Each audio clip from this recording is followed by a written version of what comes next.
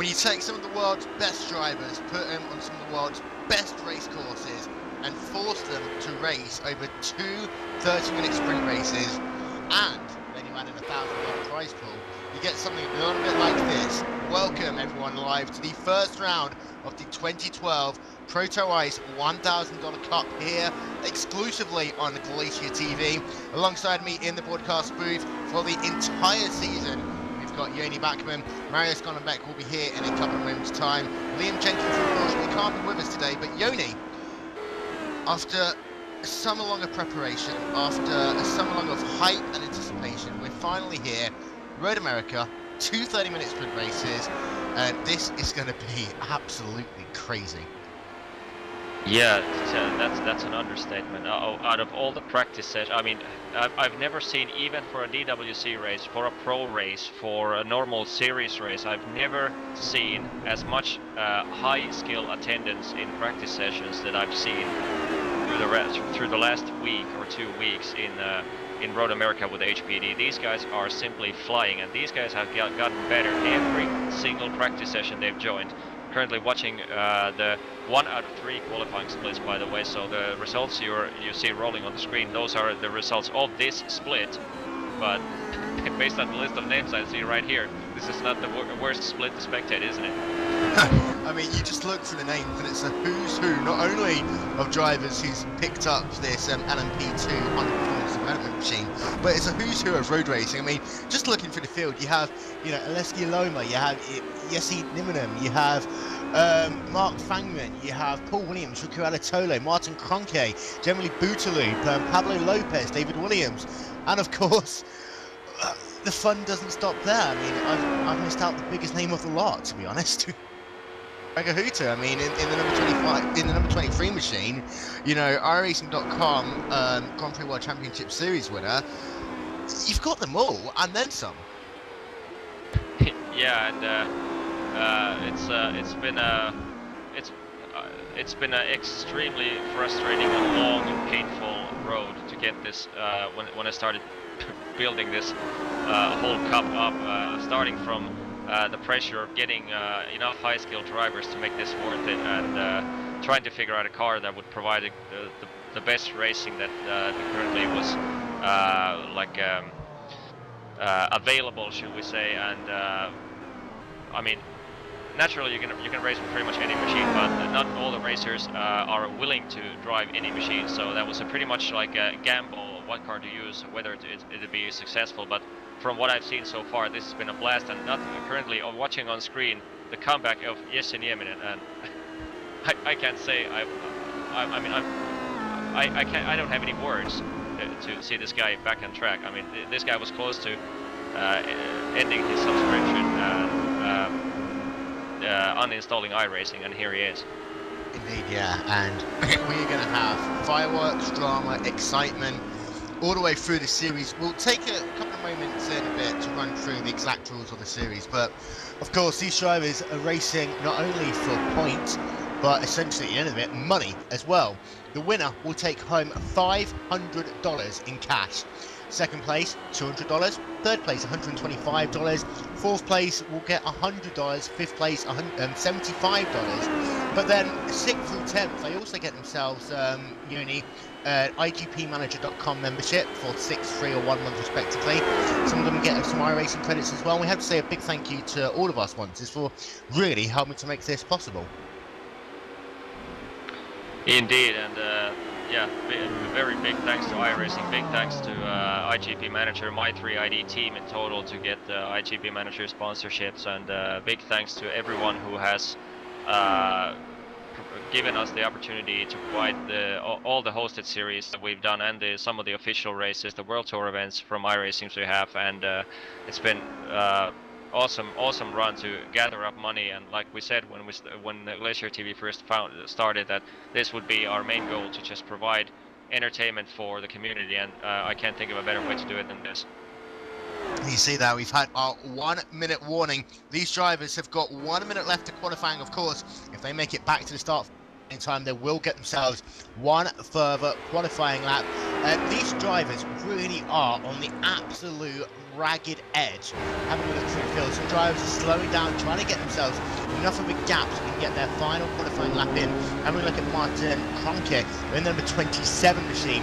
He is on a time lap. He's looking to see whether he can improve on what he's done previously. We'll have one more lap to do so. He set a 1:48.129. It looks as though his qualifying unit is over. He set himself a 1:47 fast lap of the race, sorry, fast lap of qualifying, but all of his times have been within 3 tenths of a second. But here, 3 tenths of a second is the difference between 1st and 20th position. Yeah, indeed. I'm actually quite stunned to see the pace of the My3ID guys and Gregor Hutu, and currently on board with Hutu, by the way, on his last flying lap. And currently in 2nd position, and while we started the broadcast he was in the lead, but just by a few thousandths of a second. Yes, Nimne has taken the provisional pole, at least for now, but Sting, I mean, before this event, the official world record this series, this season, has been 1:48.8, and these guys are doing 1:47.6. And that's 1.2 second gap over the world record at this track. Very quickly, we'll talk about this car. I mean, you talked about how difficult it was to find something that everyone wanted to race. This LMP2 Honda Performance Development Machine, I mean, it combines the high wing, the high downforce settings that a number of these Grand Prix Championship Series drivers, the pro drivers are used to, but it combines that with kind of ALMS touring car element, and really it appeals to so many different types of drivers because they can all relate to it, and it gives so many different setup variables as well, drivers taking so many different approaches. Indeed it does. While Gregor just finished his last flying lap, didn't improve his lap time, stayed in the 2nd position, but yeah, this track is naturally, I mean, we have to say naturally, since there's straights after straights. I mean, this is a low downforce track, no doubt about it, but from all the practices I've been watching, the My3ID and fellow Club Club Finland members doing practice time, setting up the cars, they different drivers tend to favor quite different kind of setups. I mean, I don't want to mention names, but one guy makes a good setup, then he says, oh god, I improved my lap time half a second. Okay, and he shares the setup with the guy who was almost as fast as him. He takes the setup and accomplishes absolutely nothing. He says right from the start that car is garbage.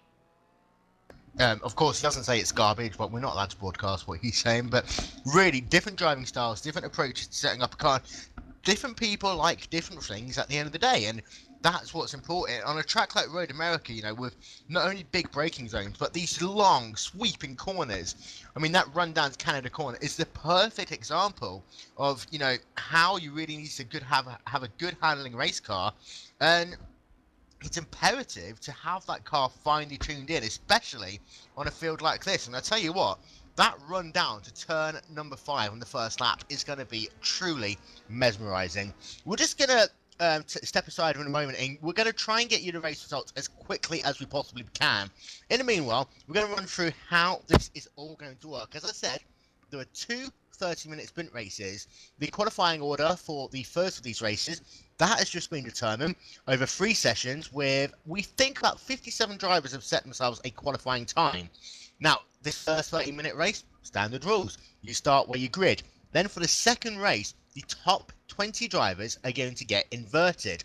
So the driver who wins the first race is going to start down in the 20th position for the second race.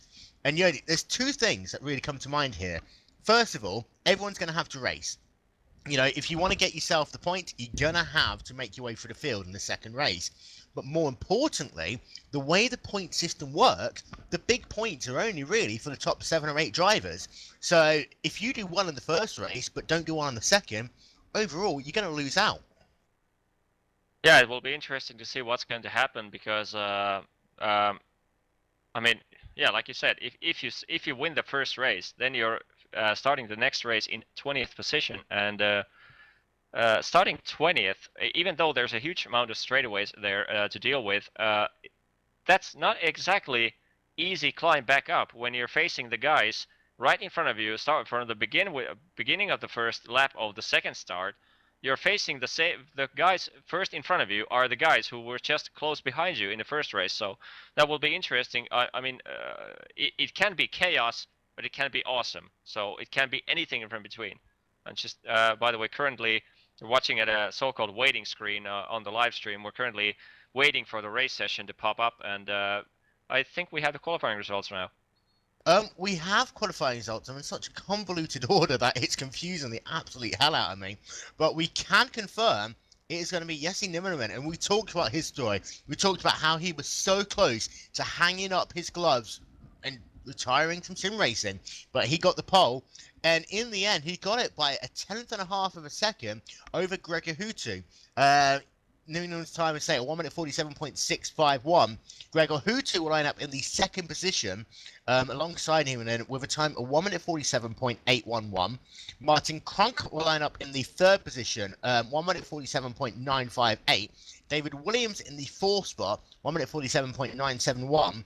And then it is going to be Aleski Loma starting in the fifth position with a time of 1 minute 48.135. Those five drivers were in the same session that we saw there. So the top five drivers all come from what we call qualifying server number 2. The fastest driver through was not in that session. Will start in the sixth position overall, and that is going to be Timo Ivonen in the time of 1 minute 48.335. We're just going to work out all the qualifying times for you in a minute, and we'll run through your full race grid. So this is only going to be, though, the grid for race number 1. For the second race, we're going to have ourselves the reverse grid, and that is going to be the top 20 drivers out of what is a huge field.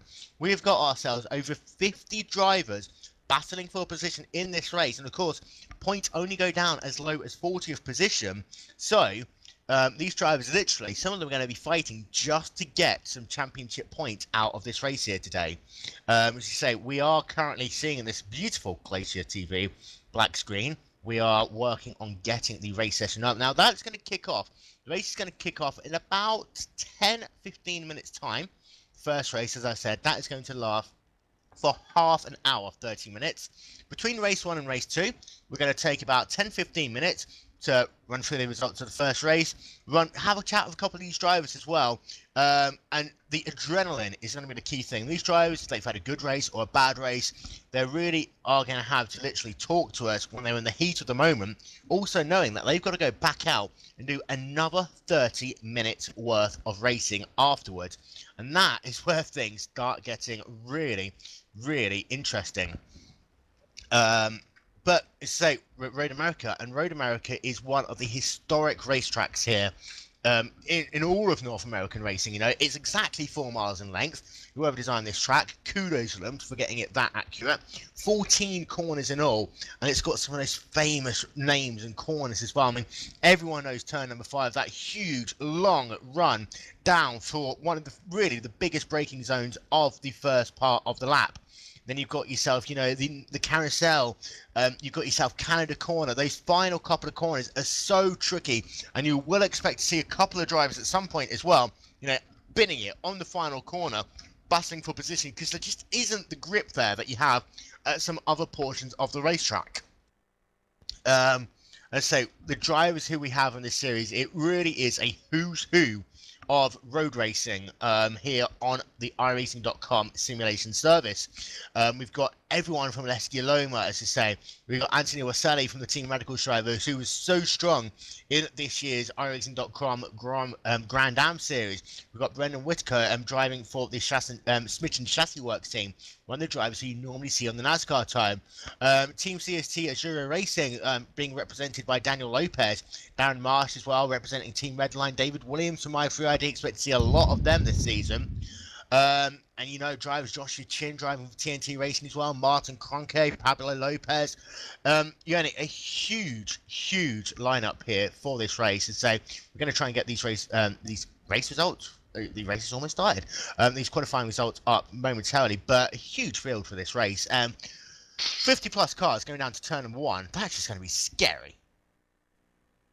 Scary indeed, and not only scary, but we have to remember that like you said, I mean, normally in official races, when let's say you have a driver like Gregor Hutu up against like an average runner, and Gregor Hutu catches him, and immediately these guys normally say, okay, you're faster than me, go right ahead.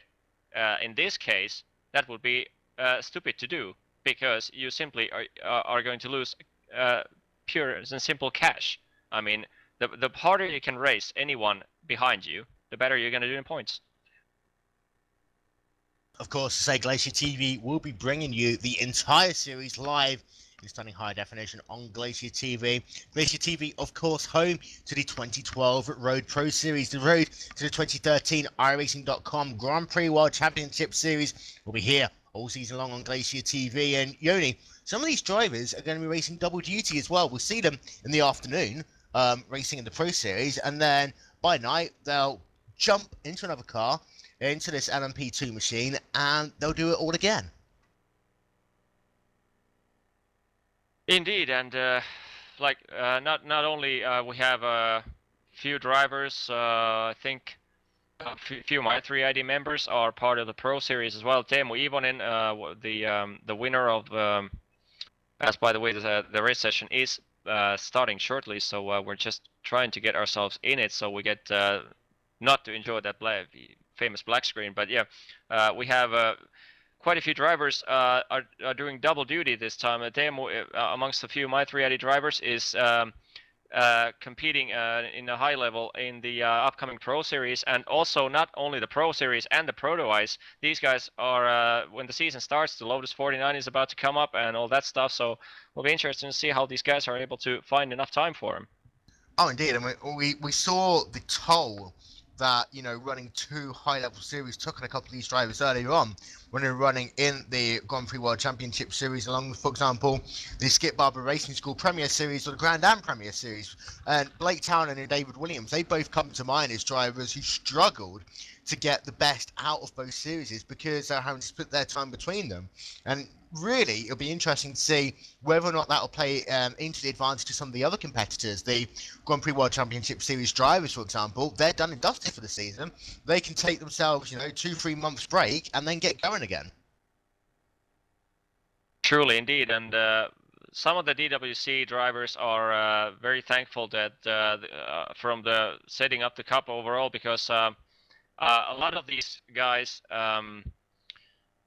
they don't race much outside of the DWC, and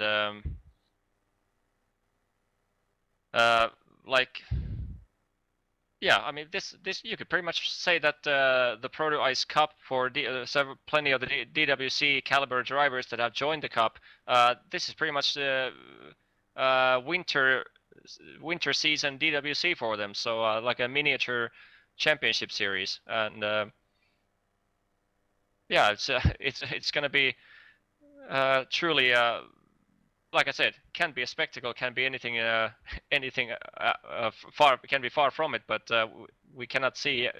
Yeah, and I'm all out of words. I mean, you are out of words. We seriously have to wait and see. That's all I can say. But yeah, but by the way, we should have the qualifying, the full starting grid up. Yeah. Okay, I'm going to take the world's deepest breath. Lining up on road number 1, we talked about this already. It is Jesse Nieminen. Alongside him will be Gregor Hutu. Row number 2, Martin Cronkett on the inside with David Williams lining up alongside him in row number 2. In the 5th position is going to be Alessia Loma with Timo Ivonen in the 6th position. Jens is going to line up in the 7th position with Daniel Lopez in the 8th spot.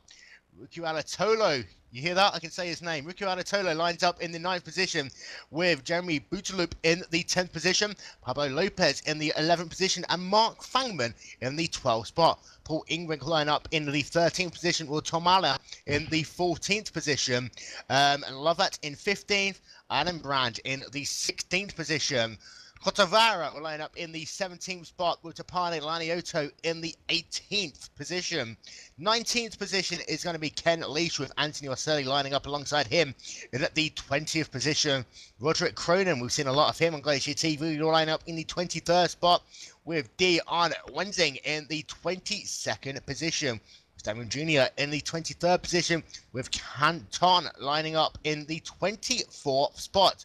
Vola will line up in the 25th position, with Slocum alongside him in the 26th position. I'm running out of breath already, but we're halfway through just about there. Slocum in the 26th position.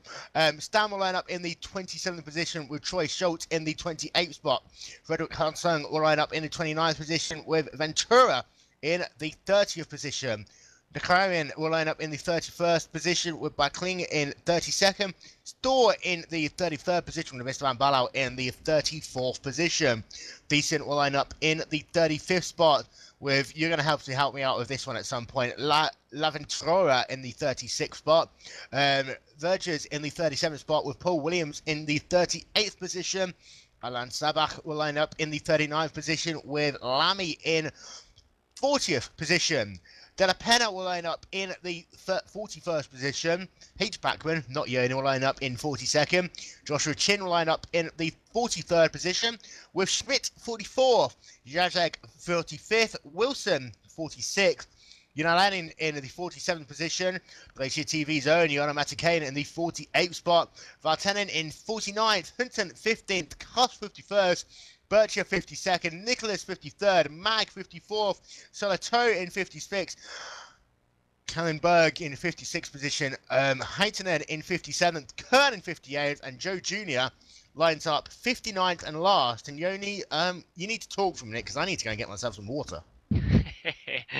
No problem, man. That was by far the record Glacier TV has ever done vocally going through grids. I think the maximum we had ever was a Watkins Glen full grid with 43 cars, I think, and this took the cake by like 15 drivers. But we apologize for, by the way, since we only had to go through the grid vocally, and that is not up to us. That is because of the fact that the tournament sessions in iRacing deny a live viewing, a graphical viewing of the grid before the cars actually have ended their 10 minutes practice session prior to the race. And once the cars starting to grid up, we will have about 2 minutes to graphically go through the whole grid. So you get to see each and every driver, their name, their origin, their car, the color of their paint scheme of their cars, and the team, etc., all that, etc., etc. So we have to, you have to wait for another 90 seconds to actually see the graphical grid. But currently watching the number 19 car of Jesse Nieminen, who is sitting currently on provisional pole, and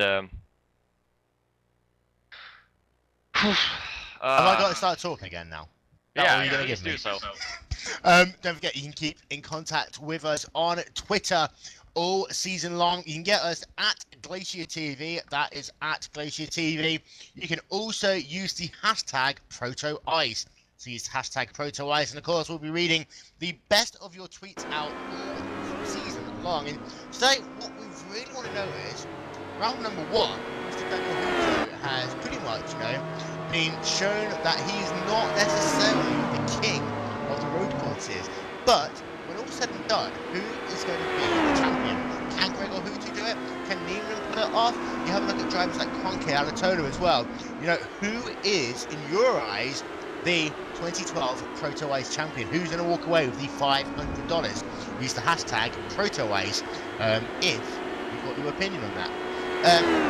Let's say we have got ourselves literally 30 seconds left of this practice session. The flag man walking up to the flag stack. He's going to throw the checkered flag once more here. And I tell you what, there, a lot of these drivers are practicing overtaking here. I was just having a look at Anatola there, who just made a great pass from Petri to Ferrara in the number 23 machine. And these drivers really, so close to the racetrack that, as Anatola's a little bit there. These drivers so close to the racetrack that they are going to be too wide coming down into turn number 5. Yeah, truly, and this is going to be a sight to watch as the cars are starting to grid up, and we have to go through the grid pretty rapid pace here. So you can see the name of the drivers, the teams, origins, and the color of the paint schemes. So we have to go through it pretty rapidly. As you can see, the timer is counting against us which we again apologize, but there's absolutely nothing we can do about it to make it any better than faster than this. So It's the final countdown. yeah, it's final countdown, and I can't even predict what's going to happen. Indeed, no. And one thing that these drivers are not used to is standing starts. These drivers are going to have to deal with a standing start for not only this, but every single race in the I'm going to say that back in the Glacier TV ProtoICE Cup. As I said, it's going to be Jesse Nolan who'll be starting on the right-hand side of the grid. So he's going to have the inside line into turn number 1. Gregor Hutu is going to line up alongside him in the number 54 car. Martin Kroenke is in the 3rd position. David Williams in 4th. Aleski Loma will line up in the 5th position. We are waiting here for what is the anticipated start. We are go! And you see there, it's a bit of a slow start. Kroenke looking down to the inside of the gap as they come down to turn number 1. Neiman's got the lead, but watch out, Kroenke down to the inside and steals 2nd place away. Not only that, but David Williams, he himself is looking down to the inside as they come into turn number 2. So from starting in the 2nd position, Gregor Hutu, the king of the road courses week 4, is already down into the 4th position. But look at the gap Neiman has as they come down into turn number 5 for the first time. Gregor Hutu is looking down to the outside now of David Williams. So they come into 5. It's going to be the last late breakers. Hutu thinks better of it. He's now going to try and go down the inside into turn number 6. One of the scariest race tracks there. David Williams thinks, okay, you want the position, go and have it. I'll catch you up later on. But that was a blinding start there, Yoni, and Neiman has got out front. Yeah, we got a spin. We got 2 spinners in turn 5 there. One of the cars decides to call it a quit. Oh, big crash. I see Isman Banal's involved in a wreck there. And there's a couple of cars. Scott Birch is involved. Ricky Bikeling is involved. Yana Motegi has been up all sorts of way, as is Brett Wilson. Christoph Mag's involved. I think that he's just able to get through, but I saw Isman Banal was all set out and race. And these drivers, we talked about it, 59 cars all coming down into turn number 1 together. It was always going to be dangerous, and we've still not completed lap number 1, and we've still got Canada corner to go. Mercifully though, I think these drivers are starting to get spread out just a little bit. We've got Brett Wilson on pit road, and we're trying to get repairs. He's the only driver that's been able to get back onto pit road. As they complete lap number 1 of this race, it is going to be Jesse Neiman leading the way from Gregor Hutu, and the gap is going to be 7/10 of a second. I take that back. Kroenke is in 2nd position, by the way. I take that back. It's Kroenke who's in 2nd, Gregor Hutu's in 3rd. A full second back from Kroenke, and David Williams rounding out your top 4. But I tell you what, most of these drivers are able to get through okay, but some of these drivers are already 25 seconds behind the race lead. You really need to be careful early on in this race there. But that was a big impact down in turn number 5. We talked about it, Yoni, and it happened with so many cars on this track. Yeah, I have to apologize. I partially missed the whole turn 1 incident there because I had to go through the... next time I have to try and go through the starting grid rapidly, even more rapidly than I already did. So going through 59 cars in 1 minute is pretty much painful. But yeah, currently turn 5 provided I have to say, 59 cars and only 2 cars spun in turn 5. That's pretty miraculous. Normally we see 30 cars and we see 5 cars going out. And just to give you a heads up as well, generally Blue Sleep and Teeman and Evening, they had a moment down into turn 5 on lap number 2. Doesn't look as though there's too much damage to either of those race cars, but these cars, you know, just the slightest tap just upset the suspension, all the bodywork, which is so vital on these LMP2 high performance development machines, that they just get completely sideways when you go into the next corner. You see there's a path for position. This is Anthony Roselli. You're looking down to the inside of the Loma. This is the battle for, and I can't believe I'm saying this, 15th, 16th position on the racetrack. We're talking about Roselli and Loma. Yeah, ridiculous stuff. We're talking about like a top 10 runners at DWC, and these guys are 15th and 14th at the moment. This is crazy. Like, yeah, I can. I mean, you should normally say, I mean, these guys shouldn't be in their positions, but we have the top 30 cars in this grid is showing insanely close pace compared to each other. So, I mean, anything can happen in this race, and I do mean anything. Yeah, and you just see Rob Cross there going very slowly on the track. I think he was trying to let all these cars go past him. We're going to keep an eye out on him to see whether indeed he has got a damaged race car. In fact, his front end is completely torn up. I'm trying to figure out, he's driving that car and it just looks as though he must have had something on the last lap because he had, no, in fact, he's got that car back onto the track. That car looks like it's not turning. Kotovara takes the, no, actually, in fact, I think he's defending position 16 there and did it successfully from Alexei Loma. And Kotovara went too wide and Kotovara had the inside line and that was a pretty decent safety driving. Indeed, yeah, and I'm looking up behind him, but Kotovara is also involved in a nice little battle with Klaus Enbrand there in the number 79 machine. And there is so much action out on track at the moment. It is still Niemann leading the way in the number 19 machine. Martin Kronke is 1.4 seconds behind. Gregor Hutu a further half second back, so Hutu's trying to close back in a little bit. David Williams is dropping back a little bit himself in the fourth position. He's now 7/10 of a second behind Hutu, and look at, I can't remember who this is, but Elbrand there just breezed by Aloma. Love it, all in one fell swoop coming out to Canada corner. That was so close there, and then Aloma is off track, and this track is so narrow. Aloma there just got a little bit of a touch there by Chris Babbitt Jr., but there was 5 cars battling for pretty much 2 drivers' spaces, and we had a car upside down as well. I believe that was Timo, yeah, that was Timo there in the Glacier Racing machine, in the number 55 car. We are seriously going to need a ton of nitros during this cup. I mean, there's so much going on the track. 59 cars, and not a single car so far is boring. And as again we see Alexei Loma getting passed by Marcus Catton, I believe it was. Yeah, Catton takes position number 21. And we haven't talked about this yet, but bear it in mind. You know, these drivers are going to be fighting to the death in 20th position. If you finish in 20th, you're starting on pole for the next race. So all of a sudden you've got yourself a little bit of an advantage. You know, if you finish 21st, you're starting 21st for the second race. So that 20th to 21st position, that is going to be critical come the end of this race, and I expect that one to go to a last corner shootout. As I'm having a look there, a battle between Jeremy Bouteloup, Jorn Jens and Timo Ivinen. This is the battle for 5th, 6th and 7th on the racetrack. Ivenen's got himself a 4-car length advantage over Jens at the moment. Bouteloup a further 10th of a second behind, but as they come down towards Canada corner, out of the carousel, you just see the draft that these drivers get there. Bouteloup has got a great run. He's got a good run now. Yeah, Jens has to defend heavily there. Of the track, Bouteloup looking to the outside, not going to make it happen. They go past slower traffic there as well, just to add something else into the mix. That was Pascal Belton there in at the 38 car, who sat all the way down in the 47th position. But Jens, in fact, there just keeping hold of it for the time being. Bob Kern going very slow on the racetrack. He's trying to get onto pit road, and he just spins the car there. Don't do it at that place. Oh, be careful, look out! And Bob Kern just slides into Paul Imbrink there. Ilbrink out. No doing of his own is going to be out of this race there. I mean, I do in some ways feel for what happened for both those drivers because, yeah, Kern was trying to get back into pit road, just simply had nothing to do.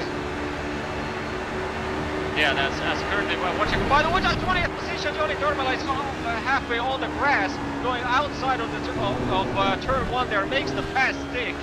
The outside line, he was halfway across the grass, but kept his foot on the throttle. That was a beautiful move by Joni.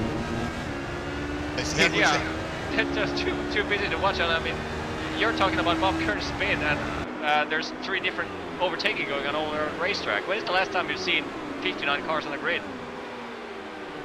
Never. Simply put there. Using him, we'll check in on your race lead on the 19 machine. The gap is up to 1.8 seconds. But for England right now, yes, he's pulling away, but he's having it all easy now. Later on, if he does win this race, he's starting down in the 20th position, and that is going to mean that he's going to have to pass 19 cars, but he's going to get back to victory lane later on. Right now, I have to say, the drivers he's working in this traffic, drivers like Bouteloup, Jens, Ivinen, they're the ones who's really going to know how their car handles in traffic, and they're the ones that, you know, are going to potentially have the better chance later on in this race. And I tell you what though, Ricky Anatolo, Mark Fangman, these two have had some great battles on the racetrack, battling for 8th and 9th position on the racetrack at the moment. Alatolo is only 3/10 of a second behind Fangman in the number 15 machine, and Glacier Racing, Ricky Alatolo's, in the number 12 car, he's catching Fangman at the corners, but down the straightaway, it looks like Fangman's running a lot less wing. Yeah, it might be up to the fact that I just woke Rico from his good night's sleep about 5 minutes before the qualifying session was scheduled to start. So that might have something to do with Rico being able to maintain his rhythm, at least in the first race. But yeah, you mentioned, yes, if he wins this race, which he currently is doing with a pretty solid pace, he will then be thrown to 20th position, and that not only does he have to climb back past the 19 cars in front of him, but you're in the middle of the pack while starting, and you have 20, 30 cars behind you. That's going to be a little bit of extra pressure there. You really can't afford to make a big mistake. Yeah, you cannot make a mistake at all. Because, you know, as I said, if you start anywhere lower from 21st, you're going to be starting from the rear field in the second race, and that's going to add an entire new dimension to it all. Because, you know, if you got involved in an incident in this first race, just starting from the rear of the field in race number 2, you're going to have fast cars trying to overtake slower cars. I say slow cars, but of course they're all fast cars here today. Oh! Well, sorry to interrupt you, Leon Burgess is inches away from hitting the Motegi ID car there. Can't see who it was. I think it was Alexei Aloma, who goes off track outside of the turn 8, I think it is. Yeah, Aloma's car. Hit the wall heavily. Yeah, Aloma's car is toast. Yeah, Burgess was inches away from hitting Aloma's rear end. That was beautiful dodging maneuver there by Dion Burgess, the Riot Racing team member, and yeah, that was inch away from. That could have been, if Dion would not have dodged Alexei's car, that could have ended up in a huge crash. I think so for Aloma. I mean, he was battling hard to stay in the top 20 drivers, trying to close down Marcus Canton at the time. But it just looks like he caught that grass beyond the curve of turn number 7 there. And turn 7 is always one of the most difficult corners on the racetrack, because yes, it's flat, pretty much flat, but you always have to run that curve. You go an inch too wide, you're spearing off into the wall. And the walls here at Road America are so close to the racetrack that any mistake, your race is going to be done, as has happened to Aloma. Now, we're going to check back into the battle for 5th position, Even and Jens, battling for that 5th spot. Jens is falling back a little bit now. The gap is up to 8 car lengths between Even and Jens. Boost loop in turn is closing back down on Jens, and I think while Jens having to defend from boost loop, Even is just being able to stretch his legs a tiny little bit, but they need to be careful because Fangman and Alatolo starting to close down to try and make this a 5-car battle. And then we forget as well that Carlo Lopez, driving number 69 Radical Steel Series machine, also closing down. So we can have ourselves, by the end of this race, a 7-car battle to try and get into the top 5. Yeah, currently also behind those battling a few packs, we have the number 31 and 23 machine, and Tapani Lindalo and Petteri Kotovaara, the 2 Finns, were good racing buddies, and love to spend a lot of time together in TeamSpeak, racing all sorts of different hosted sessions, etc. And here they are battling for cash. So this is unlike we used to see in like a friendly, yeah, go around me, I got some damage, or sorry for that bump. And this time this is not going to be that way. Yeah, friendships can be made, friendships can be broken in a heartbeat in a series like this, and I'm sure Katawara and Ranioto, while they have the deepest respect for each other, they are going to race each other as hard as they possibly can. And one of the things that needs to be talked about as well is a number of these drivers have spent the entire season working with each other, working against each other, and you know, some of the rivalries from the Grand Prix Championship Series might end up passing through into here. You know, some of these drivers that have been racing all season long, some of them have had some very frustrating seasons, might have had some arguments with people. You know, on a track like this, where there's some big braking zones, I'm going to take a driver too much, just stab in the brakes a little bit later, make a move down the inside that they wouldn't normally do. Bear that in mind later on, especially as we approach the second half of this race, just past the halfway mark now. We've got 15 minutes left to go of this first one. Don't forget that we've got ourselves a second race, which will start about 10-15 minutes after the first. off track for Kotovaara, loses at least one position to Daniel Arndt-Bensing and tries to defend his position from Klaus Ellebrand, but that was a close moment for Petteri there. Yeah, and that backs up Jason Lovatt a little bit as well. Lovatt now is right behind Ellebrand. This is about for the 15th and 16th positions on the racetrack respectively. And I tell you what, I haven't talked much about Lovatt in that 46 car, but really he looks like he's just waiting for that time to pounce. And I think right now he's one of those drivers that might be playing it a little bit strategically in this mid-pack, because the points difference, yes, it's a bit, but it's not that much. And if you can hold that gap later on in this race into the second race, then, you know, you really could, you know, be a bit strategic and go for a win in the second round of these races. And so we're going to calm down a little bit. I'm just having a look there, apart from the 19th position. This is Ken Leach and Yoni Tamala in number 18 machine. Tamala is currently sat in the 19th position, but got himself a great draft as they come down into turn number 1. He's going to pull out to the right-hand side, going to try and make the move stick. Indeed, he's going to get it done there. And you see that Leach just decided that discretion is the better part of valor, because for him, if he's losing one position now, of course, he's going to be a little bit further up in the next race. He was going to spin it, and then he's going to be out of the top 20 drivers. And for these drivers, say 15 to 20, I think they're going to be racing a little bit more careful when he's seeing the front of the field. Yeah, currently at the front of the field, speaking of which, we haven't talked about that quite a bit, because normally in the front end of the field in any kind of race or league or whatever, they tend to spread out slightly more than the mid-pack does. But watch out, battle for the second position. Martin Kröke being chased by Greg Hutu, who had got a good 1/10 of a second away from their gap in that last lap. So he's looking very racy now, as just past the midway point of this first 30-minute sprint. Yeah, Hutu, Kröke and Neiman separated by less than 2.5 seconds on the racetrack. Don't forget, you can keep in contact with us on Twitter all season long. Use the hashtag ProtoICE to talk to us at Galicia TV. Big shout out to Ryan Terpstra at TRC_Terpstra, and also Dave Stowe getting in contact with you. Very good evening to you. Thank you for tuning in. And I'll tell you what though, that Jorn Jens Booterloop Flagman Anatola battle really started to hang out, but it looks as though that Booterloop and Jens have pulled clear just a little bit over Fangman, who's having to defend so heavily from Anatola at the moment that he's just not able to concentrate on closing the cars out front. Indeed, and currently, while this, speaking of which, by the way, sorry for the side panel taking about 1.5 laps to show one full loop, but that's simply because of the fact that we're dealing with 59 cars on the racetrack. So if I loop it any faster, you'll probably won't have time to read through the whole system. But I promise I will try my best. But yeah, currently battle for 8th and 9th. But you have to remember, if they finish 8th and 9th, to the following race, they are going to be Rico in front in P11, Fangman in P12. Indeed, yeah, and then it's going to become even more interesting. And then these two drivers, you know, teammates and everything, we talked about how friends can end up having arguments. I've been in situations many a time when in big races, teammates end up falling out and not talking to each other for days, weeks on end.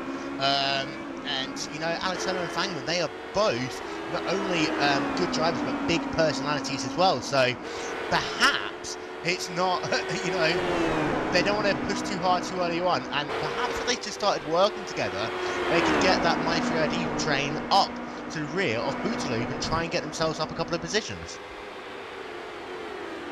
Yeah, indeed, it would be interesting to see if Fangman has the same pace or equal pace to Alatalo in a race trim, or if he's really slowing down Alatalo, which makes Alatalo try a bit more aggressively to get past him. But then there's the controversy again. If he gets past Fangman and says, phew, I got 8th position, in the next race Fangman is going to be right in front of him again. Indeed, and just having a look back at the points, I mean, the points difference between 10th position and 20th position is the close, I can't even count right now, but it's about 39 points. So, you know, you still have to race for every position possible, and that is the important part.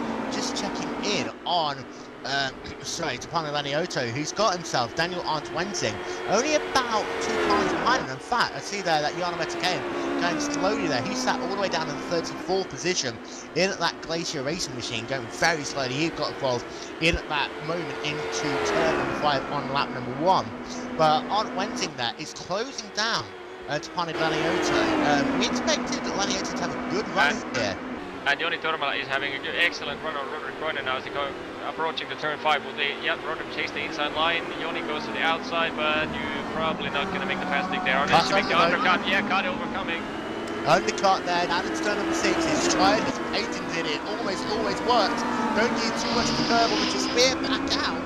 But now he's on the outside line into turn number 7. Gets out of the throttle.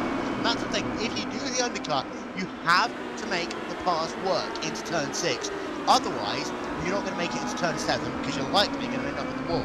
Now, Cronin does live to fight another day there, but very, very lucky there for Cronin. And Tomalo really is looking strong in that number 18 car, and he's got another chance now as they come down this long, sweeping back straightaway down into the infamous Canada corner. Indeed, we've seen a few off tracks so far this here already. The first, the opening lap, the few laps after that, again the defensive line from Roderick. Let's see if he's gonna make a big mistake and then fix it, but no, not enough space for Joni to capitalize on it. But that was a good execution by Joni. Let's see if he keeps up this pressure. I don't see how Roderick is able to hold him up for the whole 10 minutes that we have. Yeah, indeed. And again he has a good run. So 0.1 of a second coming out of the last corner. He's surely gonna have a run now. And last time Joni made it stick with the outside line into turn 1. Surely he's gonna make the fast stick on the inside. Yeah, he's side by side coming into turn number 1. Cronin's got the outside line. He does just yield it. You see Tomala there just getting a little bit of the grasp to the inside of the corner. He's got the job done, however, so there's no harm. Immediate turn run for Jason Lovett, and Roderick had to back off going into turn 1, but nope, no success for Jason there. Yeah, and if you just look through that, it's Tomala, Cronin, Lovett, Leach, all separated by, about 2.5 seconds on the racetrack. So this driver goes wide into turn 1, yields the line. They've got to get right back in immediately. Otherwise, you're under pressure from another 1 or 2 drivers. And Cronin there was fighting valiantly, but it just wasn't going to be. And now we expect Tomala just to ease out the gap a little bit. And Tomala's got himself about a 3-second gap now to Klaus Enbrand ahead of him. And of course, then the whole battle's going on around him with Kosovara as well. And with Roger Cronin there, you did see though that they driving behind moves to the left-hand side coming into Canada, and that's really only just to avoid running into the other car, because these cars, they brake so late, and you don't want to brake a little bit later and rear-end. No, indeed you don't, and luckily that Canada corner has that extra space on the outside line, on the exit of the corner, which it makes it easier to get the car to rotate enough out of the corner, as we see right here. The dark grey tarmac or tarp that covers up the exit of the corner. Drivers can use that without an off tracks, which would not mean anything anyways in the hosted sessions, but still, yeah. Canada corner, it can be an excellent spot for overtaking, but it can be also an excellent place to get your ticket back to Canada. Yeah, literally. So famous your name, sir, that if you end up going into the wall, you're probably ending up in Canada itself. Now, look at this. Niemanen now up to a 3-second gap over Martin Kronke. But look how far behind Hutu is. It's now down to less than 3 tenths of a second. So Hutu back on the charge. I mean, he dropped back a little bit at the start of this race. He's closed the gap up to the number 43 machine now. Hutu looking to try and get the job done over the next couple of laps here. But I think for the moment, unless Niemanen gets involved in some stupid moment, he should have this race in the bag. The question that I talked about earlier on, how is this car going to work in traffic? We still don't know. Hutu, he's getting his first opportunity to figure out how his car works in traffic right now. Indeed, and like we see, currently, well, not seeing right now, let's grab Jesse Niemanen for a shot, just for a short amount of time here. As you can see, he currently has the fastest lap time of the entire race session, being 1:48.67, and which actually he accomplished last lap. But he has about 3.3 second lead coming over the line last time around, and yeah, this is pretty much what I anticipated coming into the first sprints. There are going to be a few battling groups. As by the way, Gregor is currently having a good run. He's got a great run. Okay, he's got traffic in front of him. This could get interesting. Oh, this is going to be very interesting. Husu has got himself a chance to try and make use of this traffic. And this is the issue, the whole kind of Husu move out of my way thing. It's kind of working against him right now because, you know, all these drivers, they see the likes of Conga and Husu, they just dive out of the way. Whereas you see there, an Esther de la Pena there driving a slow car there. At the last minute, Conga had to move. But this is going to give Husu the chance to look down to the inside, turn into turn 5. Not quite close enough. We're talking about late breakers. Francorchamps was that's the latest I've seen any driver going to turn 5 all race long, and that's the only shout he had to keep in that second position. Husu, a valiant effort there, but for the moment it looks like Francorchamps got the better of him. Yeah, but as I was saying right before Husu got his run, Jesse is in the lead by 4 seconds and is lapping a good few tenths faster each lap. But next race, Jesse Nieminen, if he wins, Francorchamps second, Husu third. Next race, Jesse Nieminen 20th, Francorchamps 19th, Husu 18th. Yeah, and they're going to have to get themselves through so many of these drivers, and it's not like what we see so often, as you said. You know, so often you see, okay, you're going with Husu, you're Martin Francorchamps, you're Jesse Nieminen, I'm going to move out of your way, so I know you're going to be faster. In this field, they're not necessarily going to be that much faster at all. And of course, you put in the cash flow mix into this, all of a sudden these drivers are racing literally to get themselves a free holiday, something like that. We're going to check back in on the battle for 5th and 6th position. This is Timo Evenen and Jorn Jens.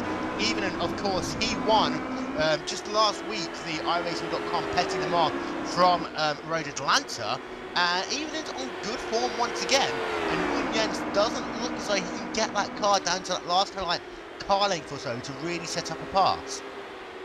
No, he can't. It seems to be that Jorn, every time he drops a few tenths out of the Teemu's rear end there and gets a clean air, he seems to be able to catch Teemu pretty easily, but once he gets behind inside the 0.3 of a second barrier and the slight amount of, well, it has to be talked about slight dirty air effect, which is, since obviously we tend to used to see Formula 1 cars having way more of the dirty air effect. Teemu goes very wide there, and Jorn is surely going to have the position He's got it easily down to turn 6. Evenen is going to try and close him off, but he wasn't going to make it happen.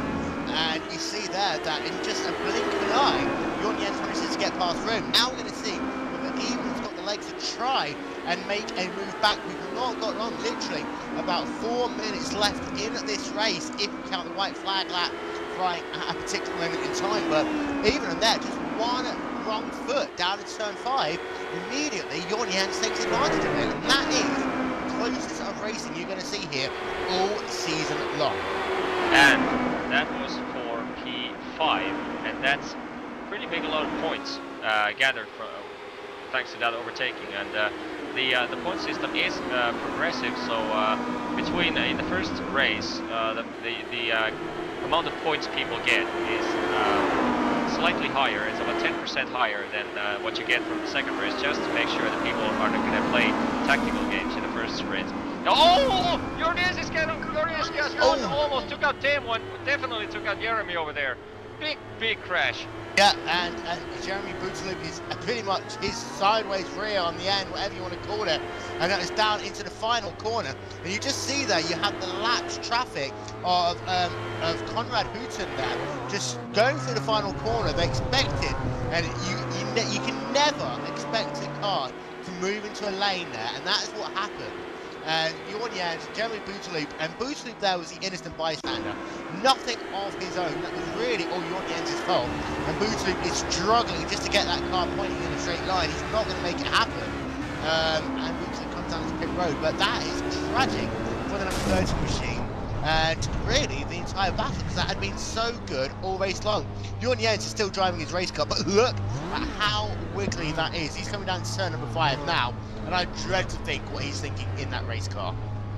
Yeah, the very, very sad thing to see for Jeremy Boodle, because that is, not only he's currently out of the race, but not only even if he had been able to continue, he would have been in outside of the top 20, and that's devastating for the amount of points that he had just lost, because that was a battle for 5, 6, and 7 positions, and that's like I said, since the point standing system is progressive, especially the top 10 positions, that was valuable amount of points totally lost and totally not up to him. Indeed now, and we're keeping it out. We're getting the white flag, I believe, Yep, this time by. So one more lap to go for Jesse Niemanen now here on this 4-mile, 14-corner racetrack down into turn number 1 for the final time. Gregor Hutu is past Martin Kroenke. Martin Kroenke in the number 43 machine is down into the 4th position. And that was outside of our screen. I'm just having a look to see what happened. He was down in the final corner, just a couple of seconds to go. Came out of the final corner, caught the grass a little bit too much, and just tagged the wall there in that number 43 machine. And Martin Kroenke, who has been second position, being there for the entire race, all of a sudden down into the 4th position, and is being caught by Timo Iivonen. Yeah, that's lots and lots of drama in the closing stages of this race, and well, I have to say that drama or not, and action or not, this first sprint has not disappointed, at least me personally, in any way. As by the way, Jesse Niemanen is pretty much one third of a lap remaining for the flying Finn. So, I mean, that is an uncharacteristic mistake there for Martin Kroenke. We'll keep an eye out to see if he can keep hold of that 4th position by the end of this lap. Niemanen just got himself now these famous left-hand sweep down into Canada corner. He's going to break there for the final time in this race. He's had it all so easy in this race. Starting from the pole position, got away to a great start. Why Gregor Hutu was getting bogged down and passed by 2 drivers, David Williams and Martin Kroenke respectively, but as Jesse Niemanen comes out of the final corner, up the hill for the final time, he is going to win the first ever round of the ProtoICE series, and a fantastic victory there for Niemanen in the number 19 machine. We're now looking back to Gregor Hutu in the number 54 car. He comes home in the 2nd position with David Williams just a couple of seconds behind him. Martin Kroenke, I believe, does come home in the 4th position. He recovers to come home 4th, but he's lost himself a good number of points there. And Timo Iivonen is going to round out your top 5 with Rico Ertolo in the 6th position, Mark Vangman in 6th, Anthony Marcelli coming up the hill now. He is going to take home the 8th position. Pablo Lopez going a little bit slowly there. I think Pablo Lopez is out of fuel in the 9th position. He's been passed by cars left, right, and centre. Oh man, that's devastating. He's got to get up the hill. Last corner battle coming behind him. Jordan is involved, and one of the Orion racing team cars in the ball. Too wide going on the start finish. Oh, they touched. And take a guess what position Jordan Jens just received from that maneuver. The 20th position. Jordan Jens. Pole position for the next race. Yep, Jordan Jens, after what we saw to him there, that huge crash, Jordan Jens is gifted the 20th position by 2 moments there. And don't forget that Pablo Lopez, had he have not run out of fuel, he would have bumped Jordan Jens down into 21st position. Pablo Lopez came up the hill, he just made it over the crest of the hill. I mean, how many times have you seen drivers run out of gas, go all the way up the hill, only to roll back down it again? Pablo Lopez finishes in the 23rd position. Staggering. Staggering indeed, and I don't know what to say. We have so much to do here, and so much more action coming up. This is, if you thought this race had action, this is far from over. And we could have a quick view. You could have a quick chat with Alexei right here as we're getting ready to move on to the next phase. Yeah, Alexei, you'd had yourself an interesting day.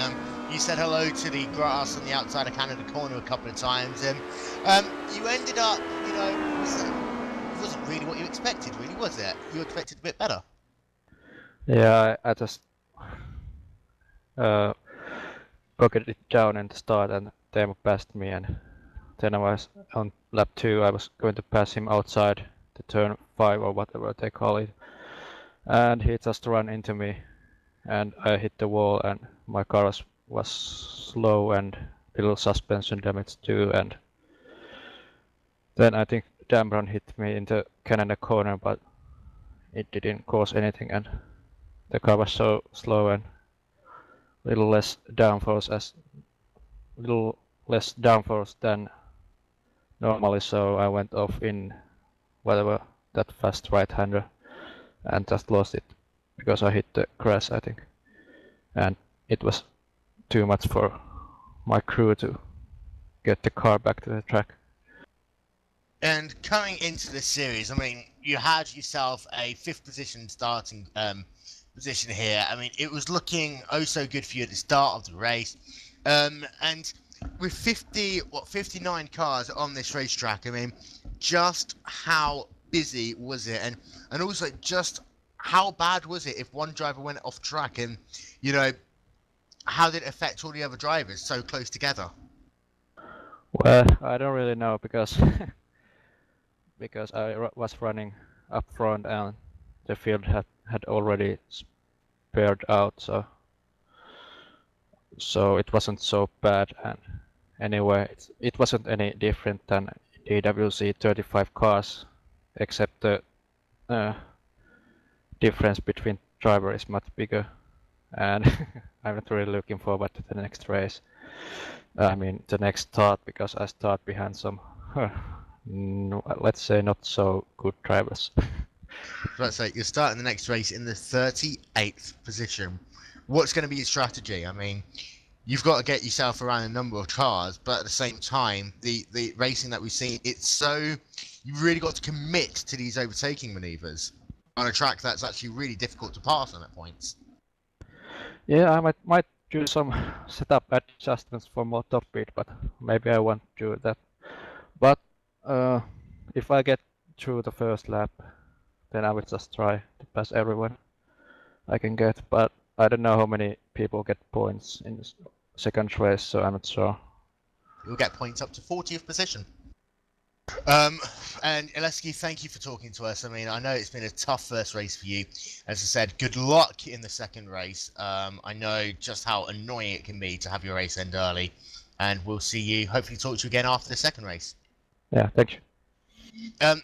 We're just going to have a quick chat with Petro Kotovara as well. And Petro, we saw you in a pretty much, that was a scary race there. You know, great finish for you in some ways, but just take us through what happened. I mean, that was a very, very tough race. Oh yeah, the start it was very hectic. Everywhere cars and just trying to not hit anybody in the front and trying to keep a good gap to the car in front, so I don't need to do any harsh reactions. And in some point of the race there was a huge wreck in the last turn, and somehow me and Tapani made it. And I mean, this track is so narrow. And you know, if there's a crash, for example, down into turn 5, down into Canada corner, coming out the carousel for the King, there really is nowhere to go, is there? No, no. And if you wanna try to avoid the crash by going off track, the crash is so slippery. It's a no-no. And 11th position, that is going to put you 9th for the second race. Is that really too big of a difference for you? I mean, you've got the chance to overtake some cars who were technically slow in the first race, but behind you've got the likes of Honke and Hutu and Niemanen all going to try and charge you down. I'll just try to make my best and defend the position to the end. I won't give anything for free. Well, let's say congratulations on your 11th position there. Thank you. 9th position for round number 2, and we'll hopefully talk to you after the second race. Yeah, thank you.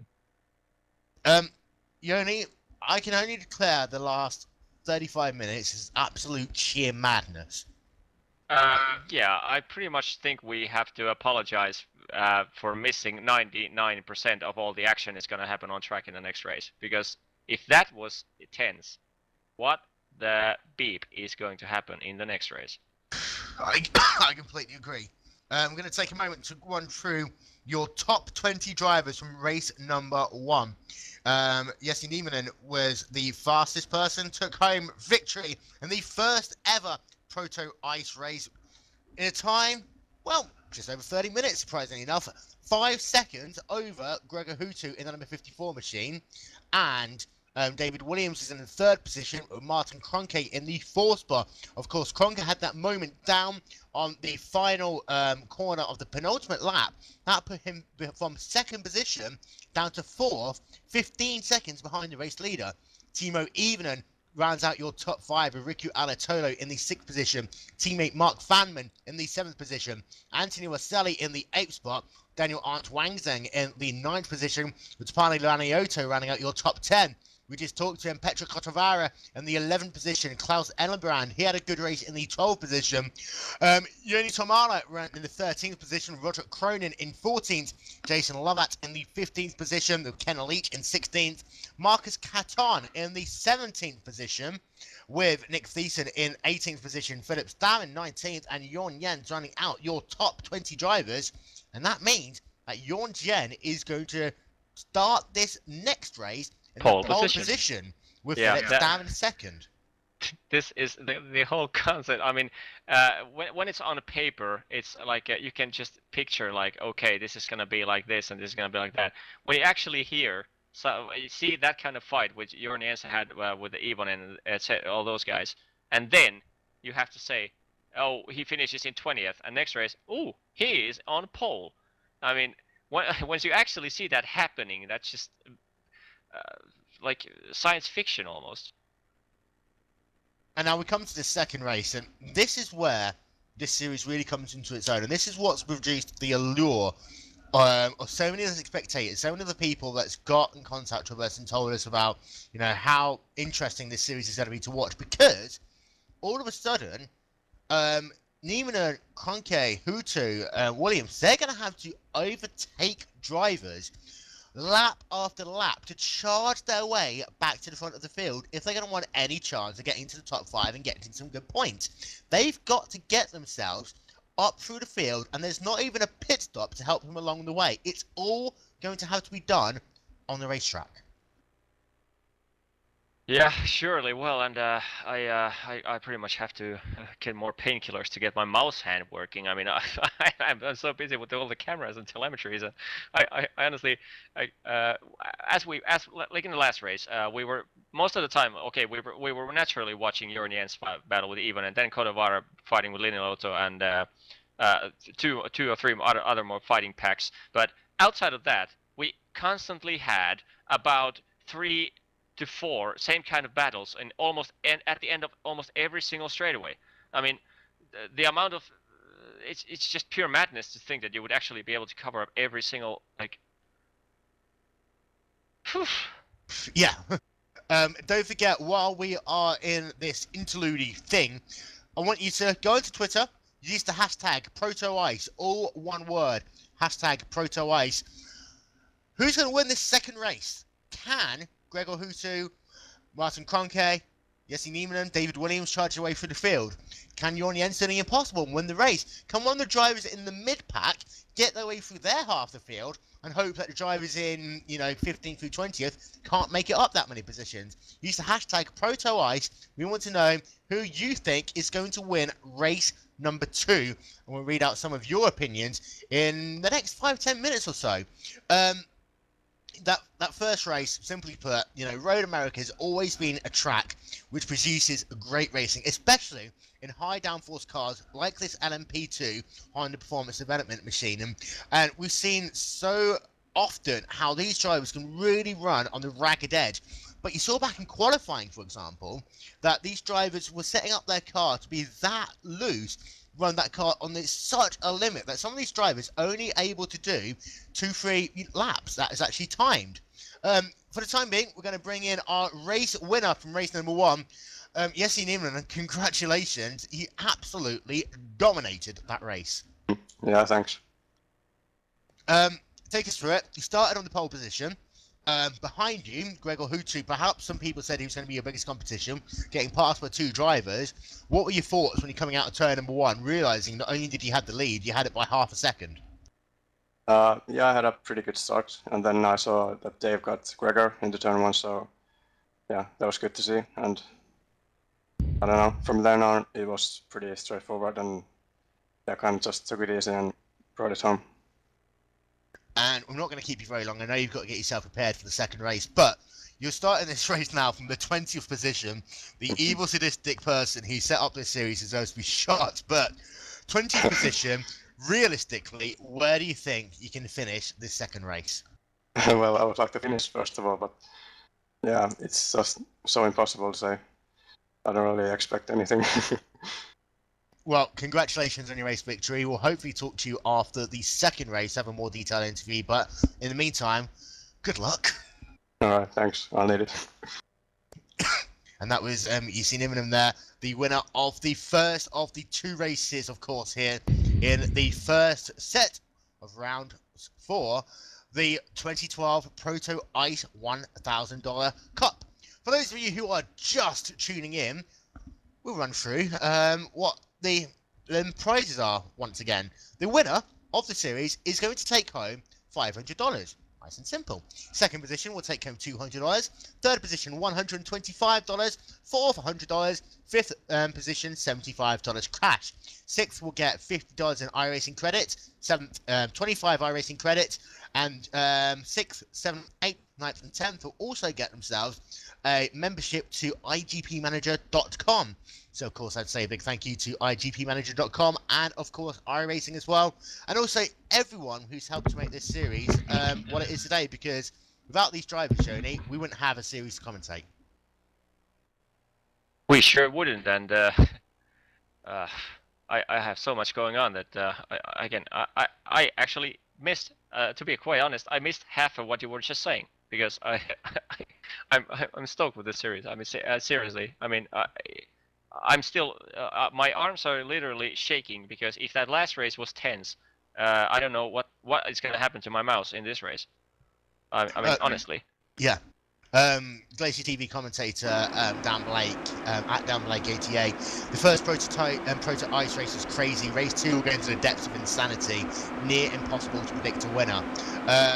At Yari NC, Kotavara is going to take the second race, in his opinion. Let us know your opinion on Twitter. Use the hashtag ProtoICE. And I think there, Dan Blake hit it on the head. Second race is going to go into the depths of insanity.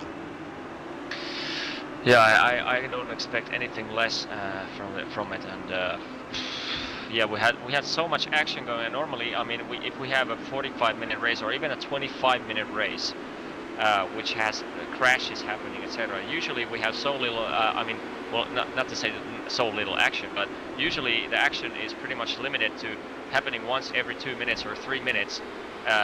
But in here, we barely had time for a single replay, because there was so much stuff happening around the racetrack. I mean, we started talking about one battling duo, and in the middle of that process, we had someone going too wide.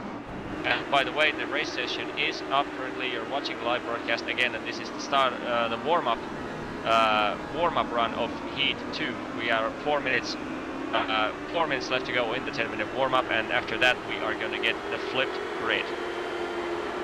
And that is when things are going to get really, really interesting. Yoni, realistically, for the likes of Nieminen, Kroenke, Williams, Hutu, where can they realistically expect to finish in this race? Based on that last race that we just saw, I would say that realistically from P20 up to E8. P8? Okay. Well, it widely depends on how much the leading pack is going to start fighting off each other, because we have to remember that Jorn Jens was not exactly slow in that first race. Even though he finished in 20th, he was in the top 5, top 6, P6, 7 maybe, the whole race. So now he had that accident in the last lap. Now he's on pole, so he's not exactly the slowest of them. But then we have a few cars who actually were, pace-wise, were in P20, P19. they're in the front of the field now, and that's where it can pack up pretty good. And once it starts packing up, you can see 2-3 wide situations all around the racetrack, because once somebody backs up, like it's just that gives that inch of space, extra space to people to cope with some corner, or is uncertain of his car's behavior through that corner, or whatever might be the case.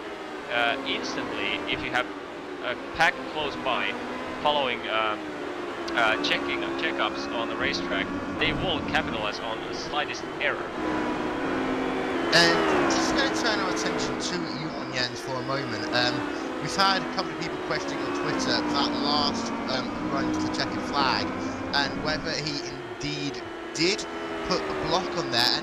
And it was close, but I believe that race control come back and said that he's just going to be let off with a caution this time. But I mean, in your eyes, was it blocking? In all fairness, at the time I caught it, I had like a fraction of the only portion of the time I managed to actually have my eyes on it. But looking at from my perspective, I'd say that was pretty much as aggressive as you can get, and it may be slightly over aggressive. And I'm pretty sure the race marshals are gonna consider putting a strong warning on Johan Jens after this race. He coming to the next week, and if that same is going to happen next week as well, then I'm pretty sure we're looking at some sort of one-race suspension or something. But that this time I would give a severe warning, but nothing more. Yes, so I believe that race control has issued a warning to Johan Jens in the 00 machine.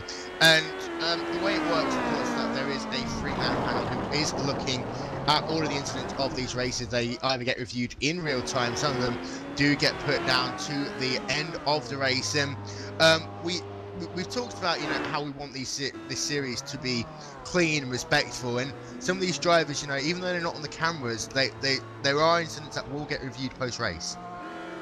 Indeed, it will, and all the drivers have been informed prior to the race sessions and the qualifying session. They have an option to protest if the race marshals miss a on-track incident which they feel was protestable. They are free and encouraged to send a protest to the race marshals, and they will review it and give a penalty according to it. So even though it's a hosted session and no safety rating involved, etc., it's not a no-holds-barred match, as we're about to grid up, by the way, and this is going to be one of the fastest grid walks graphically that we've ever done. And just who in the hell are we going to watch in the start? Do tell me. I don't know. I think literally it's going to be a case of let's put the Glacier TV blimp cam on and let that do the magic. Because quite honestly, going down into turn number one, I have no idea what is going to happen. We've seen before that, if one driver makes a mistake, it's going to go, for many of them. It's going to, they all get collected in it. And that happens in the first, 15 drivers. The drivers who we've talked about so much in this thing so far, they're the ones that's going to have to, slow down and try and avoid it. So there is so much to play for in this second heat. It's going to be Johan Jens leading the way for this second of these two splits here today. It's going to be Phillip Island in second position, Nick Thiessen in third, Marcus Katana in the fourth position, with Ken Leach in the fifth position. So we are literally ready to go racing one more time here at Road America. The second of two sprint races here today in the Glacier TV ProtoICE Cup. We are waiting. And the green flag is in the air. And we're currently watching Hutu gets an excellent start. Yes, and even install his car badly, and a huge pack. Gregor Hutu has an insane start, and he has to back off because of the fact that there's insane amount of cars. 3 wide down into turn number one. I tell you what, Yoni Tamana had a great start as well. Spin. Oh, look at a huge spin! This is a big one. Oh. And we've got ourselves, that is a radical steel signature car. Nick Thiessen, Marcus Catton, Ken Leach, Roderick Cronin, Henrik Codovara, Daniel Arndt Wensing, Riku Alatalo, Martin Kroenke at least are involved in that crash. Yeah, Kroenke's got himself a little bit of damage to the rear of his car. Just having a look, he literally went all, he didn't even go into turn 1. In fact, take that back, there's secondary impacts, these cars final down into turn 1, and Kronke was actually touched by Jesse Nieminen. Nieminen, who won the last race, spinning down the inside of turn 1, so all these drivers trying to check up, and some of the big hitters from the first race are out of the race. Jesse Nieminen into the wall once again in turn 3. His day is done, as I believe he was hit by a spinning car there. I'm trying to figure out who that was. That was Rico Alatolo in the number 24 car coming out of turn 2. Car spinning everywhere, and Niemenen's day is done. When we talk about how crazy this is going to be, we've not even completed lap number 1, and there are at least 8, 9 drivers involved in that. We'll get a confirmation as they go past the start finish line. It is Johan Jens leading the way at the moment. Phillip Island in the second position. Jens has got himself a 1.2 second gap. And Mark Fangman is going past Gregor Hooter, trying to get past Gregor Hooter, goes wide. Mark Fangman drops into 12th position, down from a 9th position. The 2-2 wide situations going in the Canada corner there, and tons of action going on all over the track, and not taking outside of that turn 1 crash there. With this, the rest of the action is not bad action. This is overtaking after overtaking, and lots of. Like we've seen, none of the drivers aren't giving anything for free, as we see Mark Fangman pulling over the pits, by the way. But battle for 6th position again. This time totally different drivers, though. We have Jason Lovett, Tapani Linnaloto, and Anthony Rosselli fighting for P5 here. Yeah, Rosselli there in at the 5th position in the number 17 machine.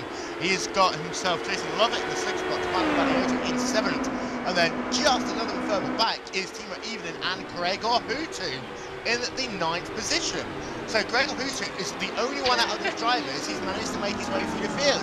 We talked about how Jesse Nieminen had this nightmare start there. We talked about how Martin Kronke had a bad start. Out of all of it, from nowhere, Gregor Hootu sat in the 9th position at the moment in the number 33 machine. He's got himself though Evelyn, Alioto, Novak, Rosselli, all within 3 seconds. He's going to have to try and find a way past all of them in the next 26.5 minutes. Yeah, we're going to have to wait a few more laps before this whole field is starting to settle a little bit, before we can have a review of that first turn 1 accident there, and exactly what happened there. But yeah, that was very unfortunate. Both guys we had for an interview, Petteri Kotovara and Jesse Nieminen, both out of the race in the turn 1 crash, which is naturally more than unfortunate. As we have who I think it's Tapani Linnaloto goes wide in coming out of Canada corner with a 2 wide. Gregor Hootu trying to get past Tapani Linnaloto in there, penultimate corner, gets the move done. Outside line there, he aimed for Gregor Hootu. Beautiful there, and I'm taking a look through. Ernesto Galpeno, Jeremy Bootley, Scott Bircher, Isman Barrow, Rookie Biking, Alan Sabat, Chris Damon Jr., Yana Matakay, and TK Yazak, Aleski Aloma, Joshua Chin, Yunus Nakurian, Daniel Lopez, Carl Frederick Kersing, Rob Koss, Marcus Storr, all involved in that, as is Rebecca Lamy, Jesse Nieminen, who won the last race, Daniel Arndt Wenzang, Petr Kotovara, Marcus Caton, Nick Thiessen, and Nesto de la Pena are all drivers, and Roger Cronin, who are out of the race. So we've lost ourselves almost half the field in the space of that first lap. We talk about how narrow American is, and these cars are going 4 wide down into turn number 1. Yeah, and all of the drivers received an information tablet before the start of the race, it was the start of the sessions, and they were warned specifically to race completely on lap 1, because lap 1 incidents are going to be handled more severely than the rest. Only to guarantee the clean driving, and 4 wide into turn 1 is not clean driving. And race control have said they are going to review the entire first lap after the conclusion of this race. So the entire first lap will be reviewed, and so keep an eye out on RaceTV.com and of course on iRacing.com, our Facebook and Twitter for updates of what transpires. It is still Jorn Jens leading the way. The gap is now up to 2.5 seconds over Phillip Island. Keeping an eye out on Gregor Hootu. We made the move there, as I say earlier, on Pablo Lopez. He's now trying to work over Timo Evenham, and we've seen just how good Evenham can be in these cars last week in the Irish Comp S Le Mans. You see Hutto's got a good drive though off the final corner. As they come up the hill, he's got the draft. This always helps a little bit coming down to turn 1, but just not quite close enough. And I think Evenham's lucky that he's just got the little bit of the draft there from Jason Lover and Anthony Maselli ahead of him. Indeed, and like all the drivers were encouraged not to give anything for free, and Dem was doing exactly that. Gregor had a great run on there, but Dem was not willing to stay like a regular further to sticking to the left side of the track, just move just slightly to the right to indicate Gregor that he's not going to dodge him for free, and that was a I'm pretty sure.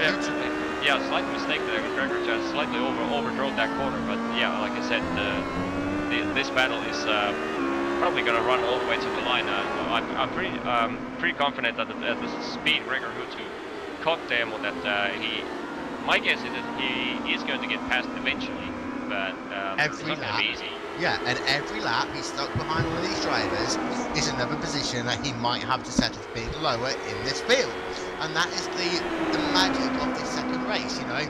Unfortunately, we haven't been able to see this race in, you know, to the extent it was going to be, because, you know, two of the big hitters, Martin Conquet and Justin Evenham, unfortunately were wiped out before we even completed lap number 1. But Gregor Hutto looking down to the inside, coming into Canada corner, and Evenham's not going to make it easy for him. And right now, Evenham is doing the glight of Jens down to Rana. It's ton of favours, because right now Hutto is 8 seconds behind the race leader, and we have almost approaching 10 minutes into this race already. So Hutto really needs to put the wick on it now. He's going to have any chance of even getting a podium finish. Yeah, but like we saw right now in the very unfortunate 4-wide incident into turn 1 there, lots and lots of cars were taken out of the race, and just shows the nature of like every driver who signs in for the series, they do know what they're dealing with. They know that the slower drivers are going to be in front. They should react according to them, and in this case it was obvious that at least some of the drivers did not. They overdrove into the corner and caused a huge crash, but in the end several good plenty of my 3 ID drivers, at least 4 of them out on that first corner incident. And like Jesse Niemen and Martin Grönke, that takes a huge amount of points away from them. Of course, yeah, and even though they've got themselves technically, you know, another 15 rounds back from that, well, we count the first round, they got themselves 14 rounds. Joni Törmälä has taken second position away from Phillip Stam. Yeah, and Phillip Stam there, he's looking a little bit ragged at the moment there. His last lap wasn't what we'd seen from him previously. Phillip Stam in the number 77 machine there. His first couple of laps were great, but he lost a second and a half that last time by. I believe he went off track there, and Tomala is passed. Now can we see whether Tomala can catch Jean Jens? I mean, we talked about how good that number 25 car was in the first race, running in the mid-pack, but now he's got the chance to try and go for victory by closing down the number 0 of Jorn Jens. And I just want to check in on this battle. Anthony Maselli, Jason Lover, they're separated by 3 car lengths. Then Lover to Evenham, 3 car lengths. Evenham to Hutto, about a car length as come out the final corner. But right now, Evenham is literally being saved, not only straightaways, but the fact that he's getting the draft from Lover and Maselli, and Hutto's pretty much just getting the same draft, and it's a stalemate at the moment. In a one-on-one fight, I mean, this would have been done by now, but the fact that you've got groups of cars running together is going to make it a lot tougher for these faster drivers to get their way past in this series, and that's one thing that, you know, people are going to have to bear in mind. And do you run your strategies thinking, okay, I'm at some point going to have to settle for, you know, maybe a 10th finish here and work on my second position and 10th position combined, trying to win championship. Even looking down to the inside there, he's going to try and get past. He does indeed do that, and you see that. Gregor opens the door, yep. Yep, Hutto, he wasn't going to miss an opportunity. Jason Lover goes from being in the 6th position all the way down now into the 8th spot. And Hutto's not going to get himself past Evenham, but by the fact that Evenham's on the charge, was able to get himself his spots at the same time. Now, Timo Evenham's going to try and close out Anthony Maselli. Going on the 17 machine there. Maselli's got himself about a small car length lead over even, and Hutu is just sat there patiently waiting. And I've got a feeling right now that he knows that these drivers ahead are going to be running the laps of their lives right now. Give it another 10 minutes into this race, their tyres are going to be shot to pieces. Yeah, tough to take a guess what's going to happen. Maybe some of these drivers have. There was some speculation before in the practice sessions that might be a good strategy in the races to go to as low downforce as possible to maximize the top speeds of the cars. To once you start battling your way through the field, in order to make the overtakings a lot easier. As by the way, Gregor Hutu now is closer to Ivonen than Ivonen is to the rear of Anthony Rosselli, and now the draft advantage is going to be in Gregor Hutu's hands. He's close, but he's not quite close enough, and you're right. You know, if you're one of these drivers, turn number one there, and you just saw that Ivonen got on the brakes a little bit early. Hutu was expecting to brake a little bit later. So close there was Hutu pulling into the back there of the number 85 machine of Ivonen. But if you're one of these drivers who's got to charge their way to the field, take that wheel is the only way on a track like this that is so stop-start that you're going to try and find a way to get past, especially if there's 4 or 5 cars running in close proximity. And while this is all going on, Anthony Rosselli and Klaus Engbrandt, unless I'm mistaken, they're starting to fall back into the clutches of this battle. I'm gonna breathe for about 2 seconds. It is Jorn Jens, your race leader.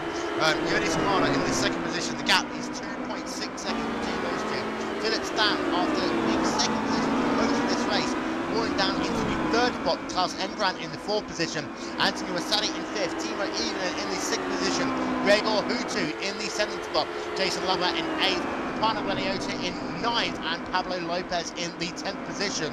Just having a look down from the field, we've got ourselves a nice little battle between Timo Vall and Ken Lees.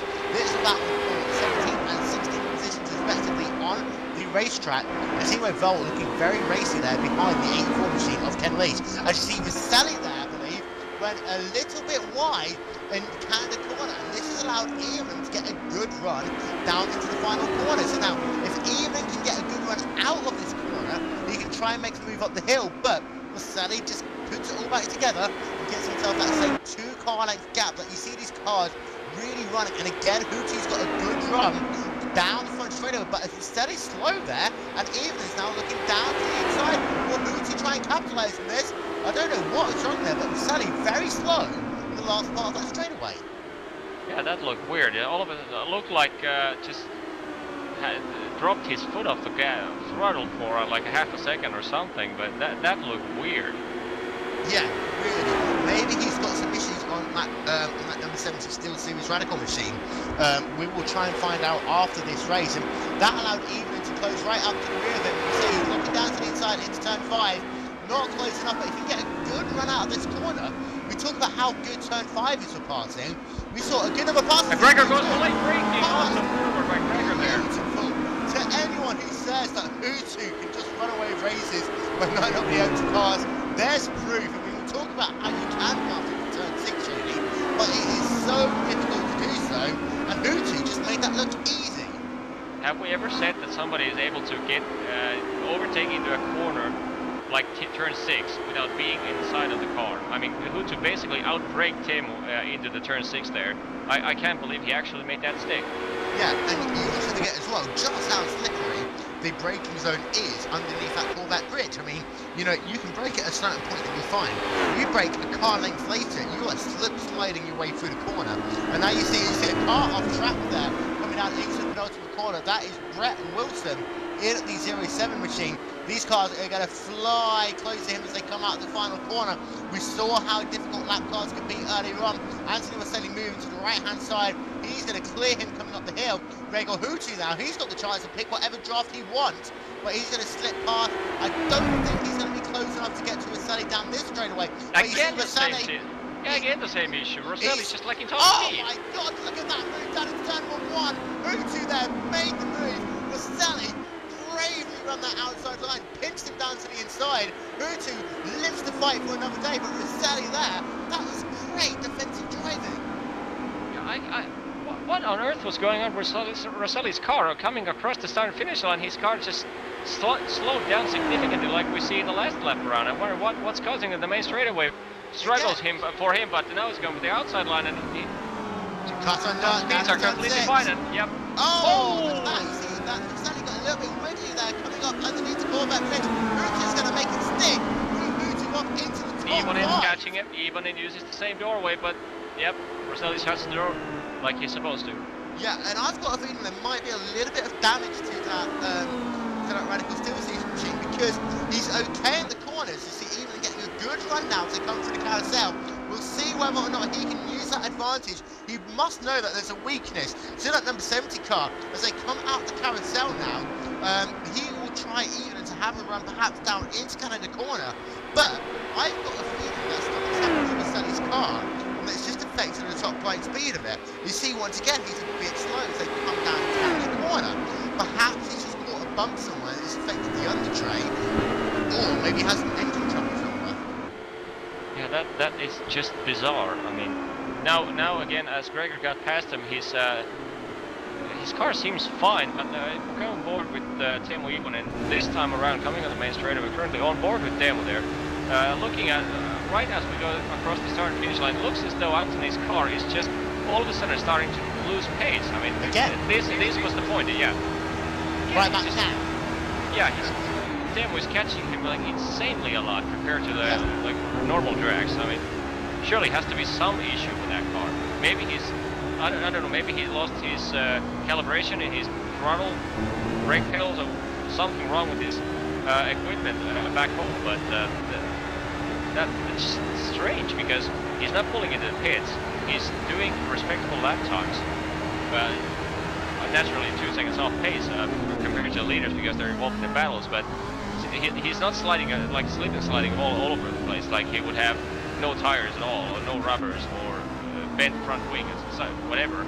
It looks totally fine, but it's just slow. And the thing is, he's not on the brakes on it. We can tell that he's not using the lights, and he's not. You know, you say he's got good speed out of the corners. In fact, he's got one of the best exit speeds out of the corners in the entire race so far. So we'll keep an eye on that. And we'll just have a look at Phillip Stampede in the 77 machine. He's fallen now back into the clutches of Klaus Ennebrand. And the number 79 car of Ennebrand there, he has closed that gap now down to 3 tenths of a second over the number 77 machine. And this is the battle for third position on the racetrack. And to put this into perspective, these guys are only 2 seconds ahead of the 33 car of Hutu. So Phillip Stan right now is falling back, and we talked about how he was 2 seconds behind the racing lead about 10 minutes ago. Yeah, Hutu is currently watching his lap times. Gregor's last lap around was a 1:50.985, and Klaus Ellenbrand's lap time was 1:51.120. So good 2 tenths off, but now as they come across the line, Hutu's last lap 1:49.1, the fastest lap of the whole field that last lap around. Klaus Ellenbrand's lap time was 1:50.4, so 1.3 seconds. Hutu caught them last lap around. And he's going to catch the draft about midway through the end of this lap, so by the time they get to Canada corner, he'll have the draft. Expect Gregor Huto to try and smash the world record this time by. Having a quick look through a little bit of the other battles going on through the field, we've got Rooster Junalian, we've got Ken Lees, right now. Timo Zuel. Yeah, the three-way battle. This is for 15th, 16th and 17th positions on the racetrack, and unlike in the last race, these guys know where they finish here. This is it. You know, when they go next week, they're not going to have a starting position. They literally, this is all they have left. So these drivers now, they've got a point number in their head. They're going to race it. Indeed, and as we should have a quick view of the replay of the start, but I'm not. Normally, as soon as we start watching replays, something dramatic happens all the time. But I'm going to just take a quick risk here and run through the start mayhem.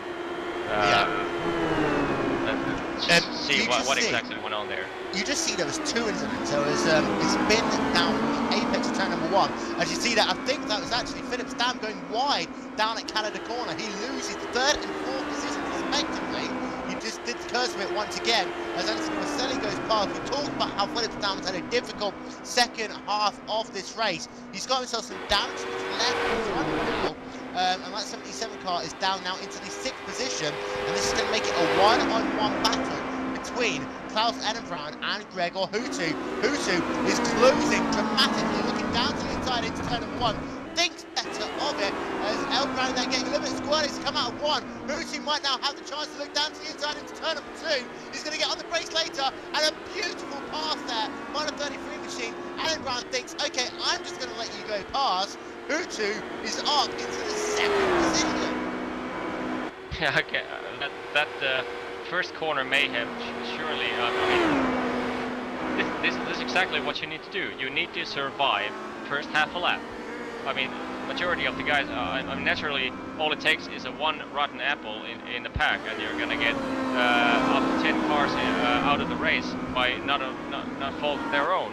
But Gregor Hutu dodged the wreck like he was supposed to, as we saw in the start. Gregor Hutu got insanely good launch, but he, unlike plenty of the other drivers in front of him, he lifted, and he lived to fight another day.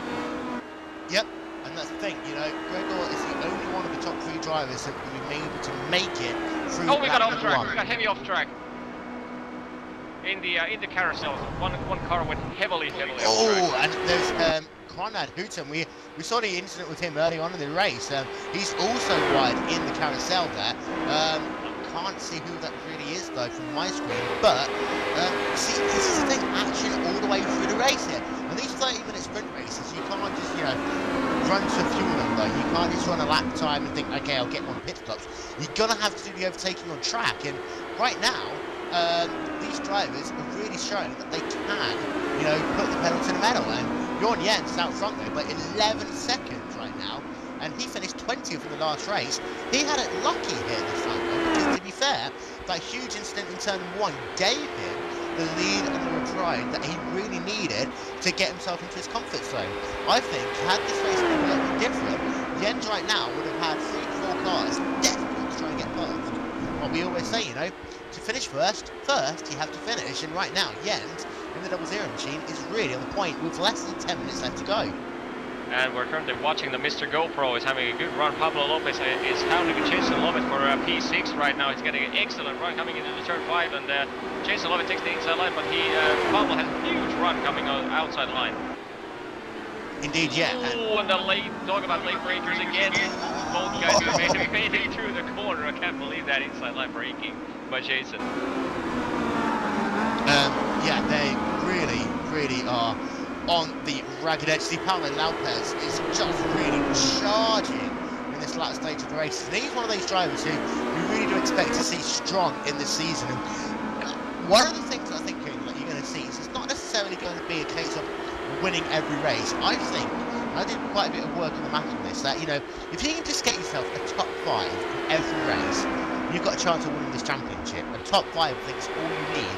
You've got to be careful, but you've got, you know, a top 5 itself, it's the consistency that will prove to be key here. Yep, but at the same time, you have to remember, top 5s, if you can keep them up, you have a chance of winning the championship. But first, you have to finish. Yes. And don't forget, next weekend we're going over to Northamptonshire, England, to Silverstone, which is of course the home track for Blake Town and one of the drivers in this series. And I grew up pretty much about 50 minutes away from there. Pablo has a run. Pablo has a good run coming on the main straightaway. Pablo is very close to Jason Lovett right now. Got time, closing the gap, but not enough. Pablo is inside. Yeah, Lopez makes the pass stick, and you see there he had to wait until they passed lap car, and by that point he gave the opportunity for Lovett just to, you know, make it more difficult for him. They did touch, no damage to Evo's car, so no harm, no foul, but Lovett back into the position. And yeah, Jason's coming back. Yeah, and he's going to have a good run down the straightaway. We've talked about how good Lovett's speed has been in this car, running a low downforce setup. He's not really easy, going to try and make it work. Down to the inside, so close. He almost missed the entire corner there. So I don't know what to tell there. Neither guy willing to get an inch of each other, and pretty much as hard of a braking as you can. Both guys sliding all over the place, but still keeping it clean. So Jason Lovett, he was set for the 5th position for a minute, but I expect him, once they come out the carousel, to be lining himself up. He'll think about his next pass now. He won't commit to anything out the carousel, out down this kind of corner. He'll be setting up now for turn 1 next lap, and that is usually what they don't just make pole moves into one corner. They think about, they set it up half lap before, get themselves in position, but they can at least make a big move and make it stick rather than coming from about 5 car lengths back, as you sometimes see. Jorn Jens is still your leader. The gap is still 11 seconds over Gregor Hutu, who looks as though he's gone into cruise control mode for the time being, with less than 5 minutes left to go in the second of 2 heat races here today on Glacier TV. Round number 1 and 2 of the ProtoICE $1,000 Cup. For those of you who are joining us late, the first race was won by Jesse Niemann, who started in the 20th position for the second race. But a huge series of crashes down into turn number 1, eliminated 15 drivers, plus, and Martin Cronke and Jesse Niemann both involved in that. Gregor Hutu, lucky to get his way past, now running in the second position, and at the end of this race is going to take home the lead of the championship for the time being, so long as he stays there. But I tell you what, Anthony Waselli and Timo Even are still having a nice little battle on track, but Waselli for the time being looks as though he's just got the better of Even. Teemu Vuoli, P14 coming up, turn 1, late dive in though, Teemu thinks better of it, but Risto is currently keeping Teemu Vuoli in P15, but he's slowing him down quite considerably, because Ken Leash managed to get past Risto there in the last lap, and he just flew 1.5 seconds into the lead of this battling duo. Yeah, and I tell you what, earlier there, you saw that coming out of turn number 2. He thought he got on the power, he couldn't, and that's what's hurting him all the way down this second straightaway, down into turn number 5. He's in fact gone a little bit wide there, all the way out onto the gravel. You talked about this as well. These drivers can go out a little bit wide, but they cannot gain time and they cannot make a position up. But you see later on in the race, with these cars are starting to get worn, these cars are literally running all over the place for the time being. But the 55 machine just hasn't collected back together, because the 51 car really struggling in the latter stages of this race. And I think that if he can get a good run out of the carousel, hold himself nicely for Canada at the end of the lap, he should be able to set himself up for turn number 1 next time by. But he's only really got about 2 laps to try and get the job done. Indeed, he has 2 laps, but so has Teemu Ivonen, who now caught up Anthony Rosselli for P3 over the start and finish line at 0.6 of a second. Teemu stole from Anthony that last lap around, and now the gap coming over the start and finish line half a second. So Teemu is on the charge right here, and 1 1.75 of a lap to go for this guy, and I'm pretty sure we're gonna see a late move from Teemu. Yeah, and you see that the 55 car getting a very good run out the final corner. And I think that, you know, turn 1 might not necessarily be the best place to do it. If he can get a good run through 1, he has a chance to make it into 2. But undercut right there. Yeah, nope. Nowhere near close enough. But if he can get a good run, he's not quite close enough into 2, but he needs to be careful now that he doesn't lose all that momentum like he did in the previous lap. If he can get a good run out of here, he does so. So now he can really close down here. You see, he'll get into that slipstream underneath the Sancino Bridge, the big, beautiful orange-yellow bridge that you see there. Looking now down into turn number 5. He's going to have to be a big move. He's looking for it. He's going down the inside. They're going to almost touch somehow. He gets caught up the 55 car there. That was a big maneuver, and he somehow Yeah, Teemu has been both anxious to get into the racing in this cup, and at the same time he's had his words about complaining about the certain aspects of this car, but he's enjoying it as much as he's not enjoying it. But yeah, he's still a force to be reckoned with in almost every car he sets his mind to. The problem is, where is he going to set his mind into? Yeah, I see that. I believe the white flag is in hand. And Teemu still white going to start finish line. Oh! In third position on the outside line. And how? Last lap. And you see that Anthony Waselli, we talked about his engine issues, they seem to have plagued him once again. And Anthony Waselli now down into the 4th position. Timo Ivonen moved him up into the podium position. The white flag is in hand. Jorn Jens is ready down into turn number 5. And look at this, Gregor Hutu in the last 3 laps has snatched out 3 seconds over Jorn Jens. Had Hutu been able to get around the likes of Lopez was selling, and even earlier on, we could be looking at a last lap showdown, but unfortunately it's not going to be. Jorn Jens now coming down into the carousel almost for the final time race underneath the Speedville Bridge.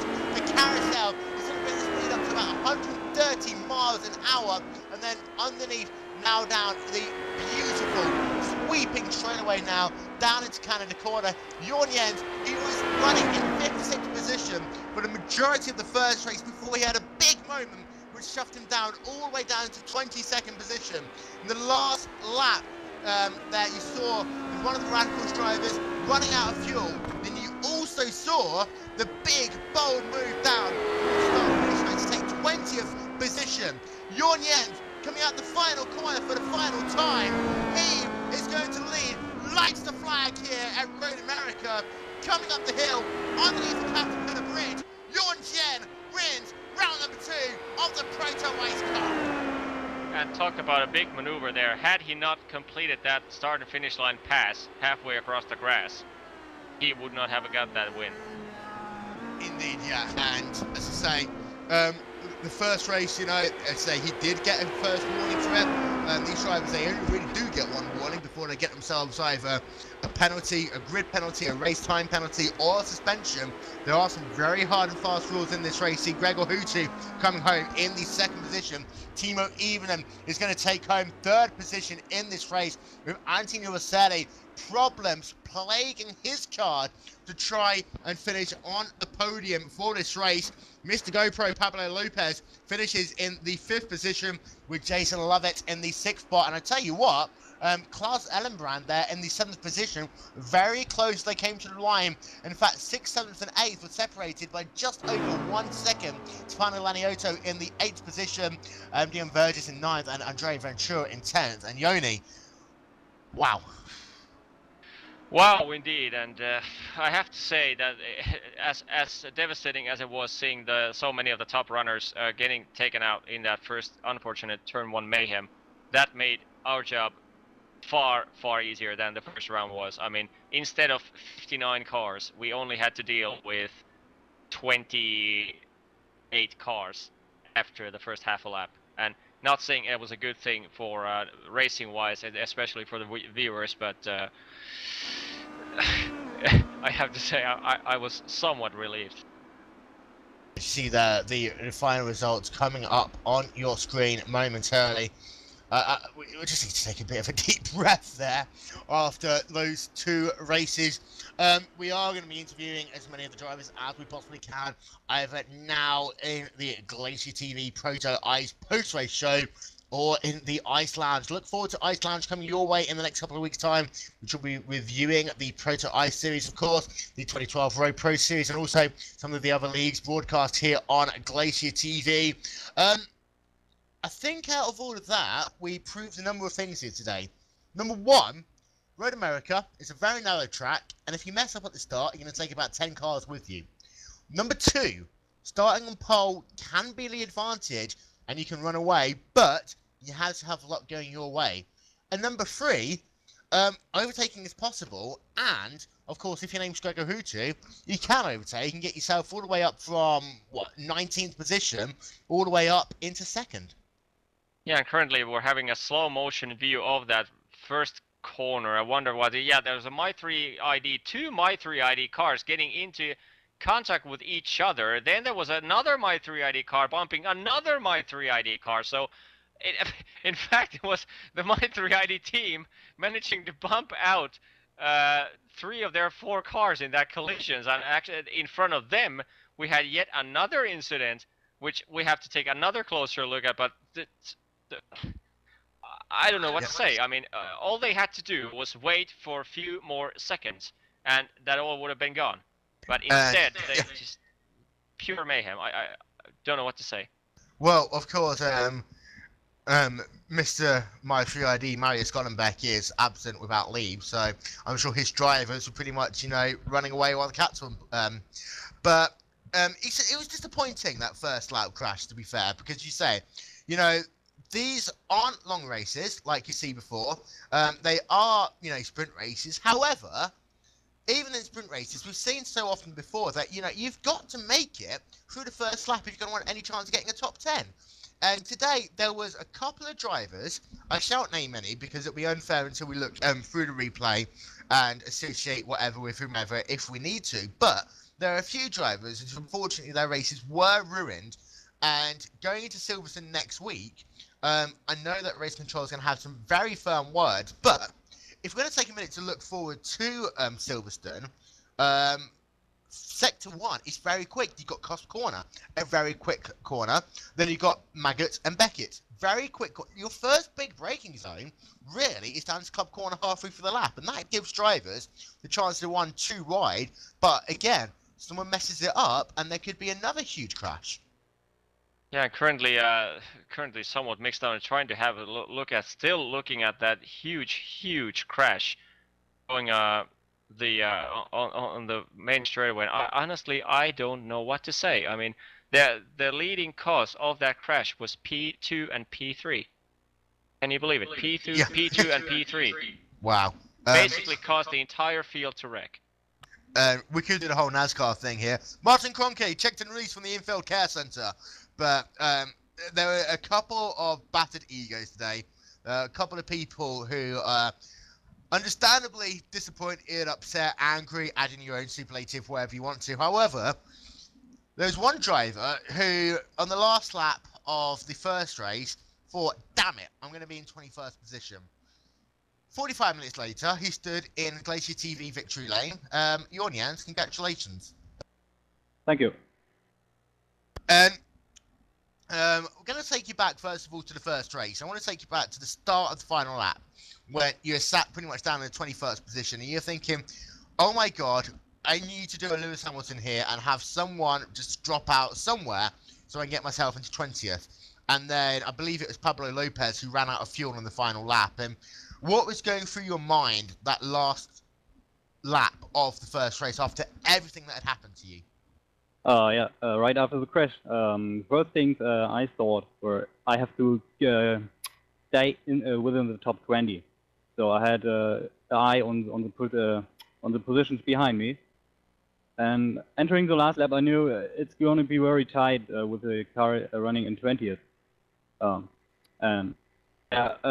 Going down into Canada corner, it looks really tight for me to stay within 20th. And then going out of the turn, my spotter announced that the car is going slow, so I already thought there's someone going slow. And we'll tackle the issue because I know you, Race Control has had a little bit of a word with you, but that last coming up the hill for the final time, were you intending to do any blocking? Do you think that you were blocking at the driver behind? And what are your thoughts on that coming to the flag? I did what I had to do there. And I say, I know Race Control did give you a warning there, which you know, took through into the second race. The second race, however, it was all nice and shiny. You led the race, everything was going on behind you, and you got yourself up to essentially a 12-second lead, while the drivers behind were having to deal with the likes of Hutu trying to fly in past them. And how much nicer was it for you that you were able to, you know, get the lead and run away while everything was going on behind? I don't know what to say now. I had already Yoni behind me. Yoni was really fast, catching me already in the first few laps until he wrecked. And when he was out, I already had a 10-second lead behind the next car, so I had to keep it cool and clean and just stay in the lead, and I don't have to push too much. And those last 5-6 laps, I mean, we did see you drop a little bit of time off your race pace. I mean, were you just, you know, cruising it to the line, hoping that, you know, things were going to go your way, you wouldn't come up to lap traffic at the wrong point or something? I mean, what was going through your mindset after everything that had happened in race 1, you know, leaving the race with 5 minutes left to go in race 2? Yeah, sure. After scoring almost no result in race 1, I just had to make sure to score a good result in race 2. Siis oikein tapahtuu, kun mulla on vaan 10. Okay, sorry about that. Let's say next week we're heading over to Northamptonshire, England. We're going to go over to Silverstone. Silverstone, track you looking forward to? I have to admit that this is not my favorite track. I say, you've got yourself some nice points all in this race, but overall, summing up what your thoughts were in the first two races, how do you feel? I think I could have scored more points. But seeing the big wreck that happened behind me, I'm glad that I wasn't inside there. Well, well done on your victory in the second race, and we'll see you next week at Silverstone.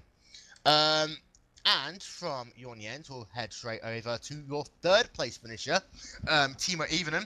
Timo, you tried valiantly to keep Hutu behind you, but in the end, he just made a big bold maneuver and kind of almost forced his way past. Yeah, he did, but there wasn't really anything I could do. I kind of got a bad exit out of turn 5, and he just showed his nose there, so I already took out a fellow Finn in the first race, so I didn't want to make the same mistake in the second race. And looking at your two races back to back, I mean, how were they for you? I mean, third place, you know, in the second race, you know, great, but first race not as good for you. Yeah, well, I got contact with Alexei Eloma on the second lap in the first race. I was a bit damaged after that, so my car wasn't really working properly after that. But the guys who I had in front of me were just way too fast anyway. I probably couldn't have done anything to them anyway, so I was pretty happy with P5 in the first race. And it's been a tough weekend. I want you to take us through the way, you know, you have to prepare for this first and second race, especially the reverse grids. Do you approach them in a different way at all, or is it just a case of strap your race suit on and go racing? Well, the first race is kind of like just trying to feel out what's happening in the race and just trying to get as high as possible.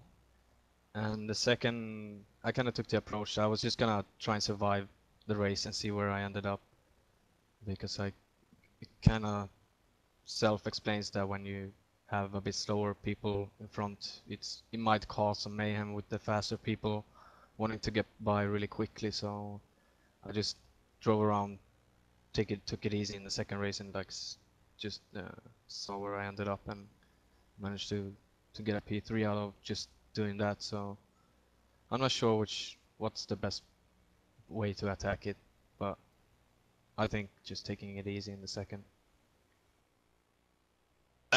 And I mean, from Road America, we're going to head over to England, Silverstone, a very different type of racetrack in some ways, but very similar in others. You know, you've got the fast sweeping corners, the big braking zones, and how are you looking forward to racing on pretty much the flat circuit of Silverstone? I'm looking forward to Silverstone. It's a really nice track with this car.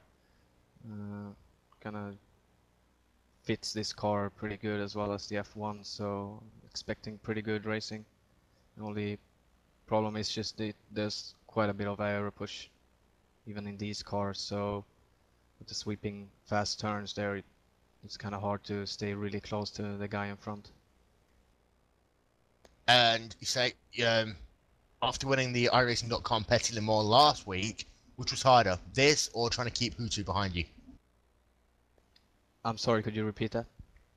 I said after winning the iRacing.com Petit Le Mans last week, which was harder, winning that or trying to keep Hutu behind you? Oh, keeping Hutu behind for sure. I was shaking and almost peed myself when I had him behind me, so that was definitely much harder. Timo Evening is sponsored by Tenner for Men. We'll see you at Silverstone next week. Good job on your third place finish in the second race. And we're going to bring in one of the people who made up the rule book very quickly, Jarno Motegi. Jarno, we've had a number of comments on Twitter, we've had a number of comments, you know, elsewhere about the starts of these races, and these drivers have been warned that, you know, not only is their conduct throughout the race, you know, being monitored closely, but particularly at the start of these races. Now, Road America is a very narrow track, but there's no excuse for what happened with some of those drivers there, especially in the second race. Yeah, sure. That we'll be looking to that after the broadcast, and give warnings for those who desert them, or have to have done something that should not be done?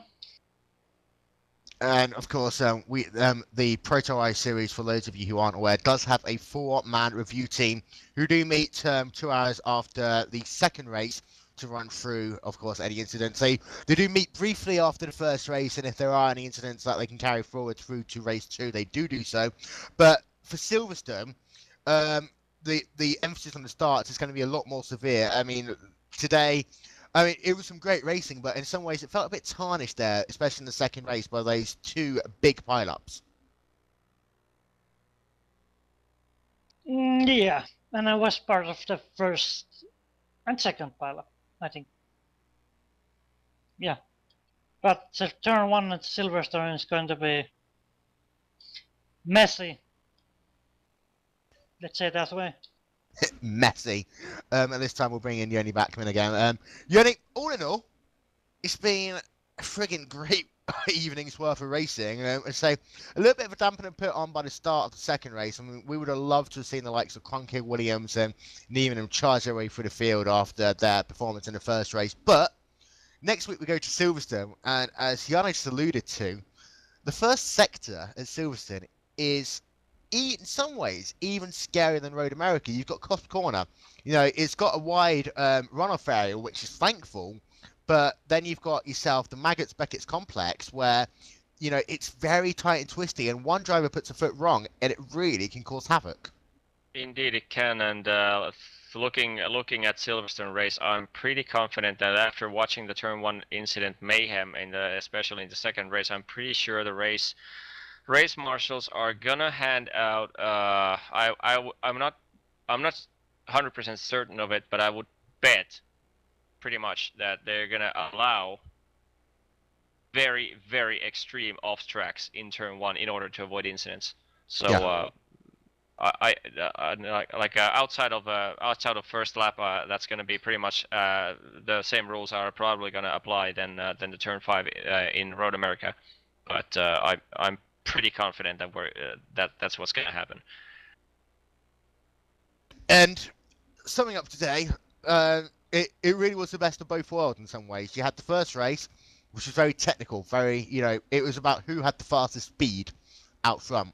The second race, it was mainly who could overtake. And it did show 2 completely different types of racing. And these drivers, coming out of Road America, I think some of these drivers are going to work on some methods of setting their car up differently, because you saw Hutu was struggling to get past some of these drivers. You saw how Evelyn had some difficulties getting past Rosali for a large portion of these race. The whole how much wind do you take, what strategy do you go with, I think that could be a determining factor in who wins the championship. Surely it can, and I'm pretty confident that I'm not saying that we won't see any more big possible wrecks in the upcoming weeks. And of course there's a hazard chance of a huge hazard and huge pileup in every single race. It doesn't matter if it's inverted field or not. But like we say on this, all it takes is the front runners to get badly to block the track, and that can cause this, what we just saw. But having said that, I'm pretty confident that this was a wake-up call for plenty of the drivers, especially after the warnings that are going to be assigned for some of the drivers for over-anxious turn 1 attacks. That this is I would say a pretty good wake-up call in a bad way, of course, but it's a wake-up call for a lot of the drivers to really wake up to realize you're not going to win anything on lap 1. Yeah, and indeed, not only that, it's that, in some ways you have to be more cautious with lap 1. We saw how lucky Hutu was, and they say you make your own luck. In some ways, I think Hutu did, and, by anticipating what could happen around you, and if everyone just takes it a little bit easier, then everyone might get through okay, which we saw in the first race is absolutely fine. As I say, next week we're heading over to Silverstone for round number 3 and 4 of the ProtoICE series, but of course, Yoni, next week round number 1 of the 2012 Road Pro Series at Spa-Francorchamps. Indeed, looking forward to that just as much as the Silverstone race, and looking forward to see if these old dogs can still maintain their so-called dominant positions for these new upcoming stars that have just recently acquired their pro license. So I'm looking forward to that very much. But honestly, after seeing today, in all honesty, I have to be waiting for Silverstone a bit more than that. Naturally, race marshals are gonna do whatever it takes to maximize the odds of the race 2 turn 1 incident not happening again. But like we said, every time there's always a chance, but there's also methods to minimize that chance. And yeah. So, to sum up, first race Blues got the better of a number of drivers here today. You see, Nieminen won the first race, but was one of the many drivers involved in what was a catastrophic impact on lap number 1 of race 2 here at Road America. A number of these drivers say we'll put that down to first race Blues. We've still got ourselves 14 rounds to go over 7 weeks here in the ProtoICE series. And of course, next week, the road to fame, the road to stardom, the road to the 2012 iRacing.com Grand Prix World Championship Series right here on Glacier TV with the first Pro Series race from the Circuit de Spa-Francorchamps. That will be next Saturday. Of course, tomorrow we've got the ISOWC last road race of the season at Silverstone. We've got plenty more on Glacier TV, including the start of the 16th Street Racing League in the IndyCars. If you want to see some real live IndyCar drivers strut their stuff on sim racing, tune in next Tuesday. In the meantime, from myself, from Yeni Backman, from everyone here at Glacier TV, that was round number 1 and 2. Kids, we've still got ourselves 14 rounds to go, and we've still got ourselves 14 races of tremendous action. Good night. Good night.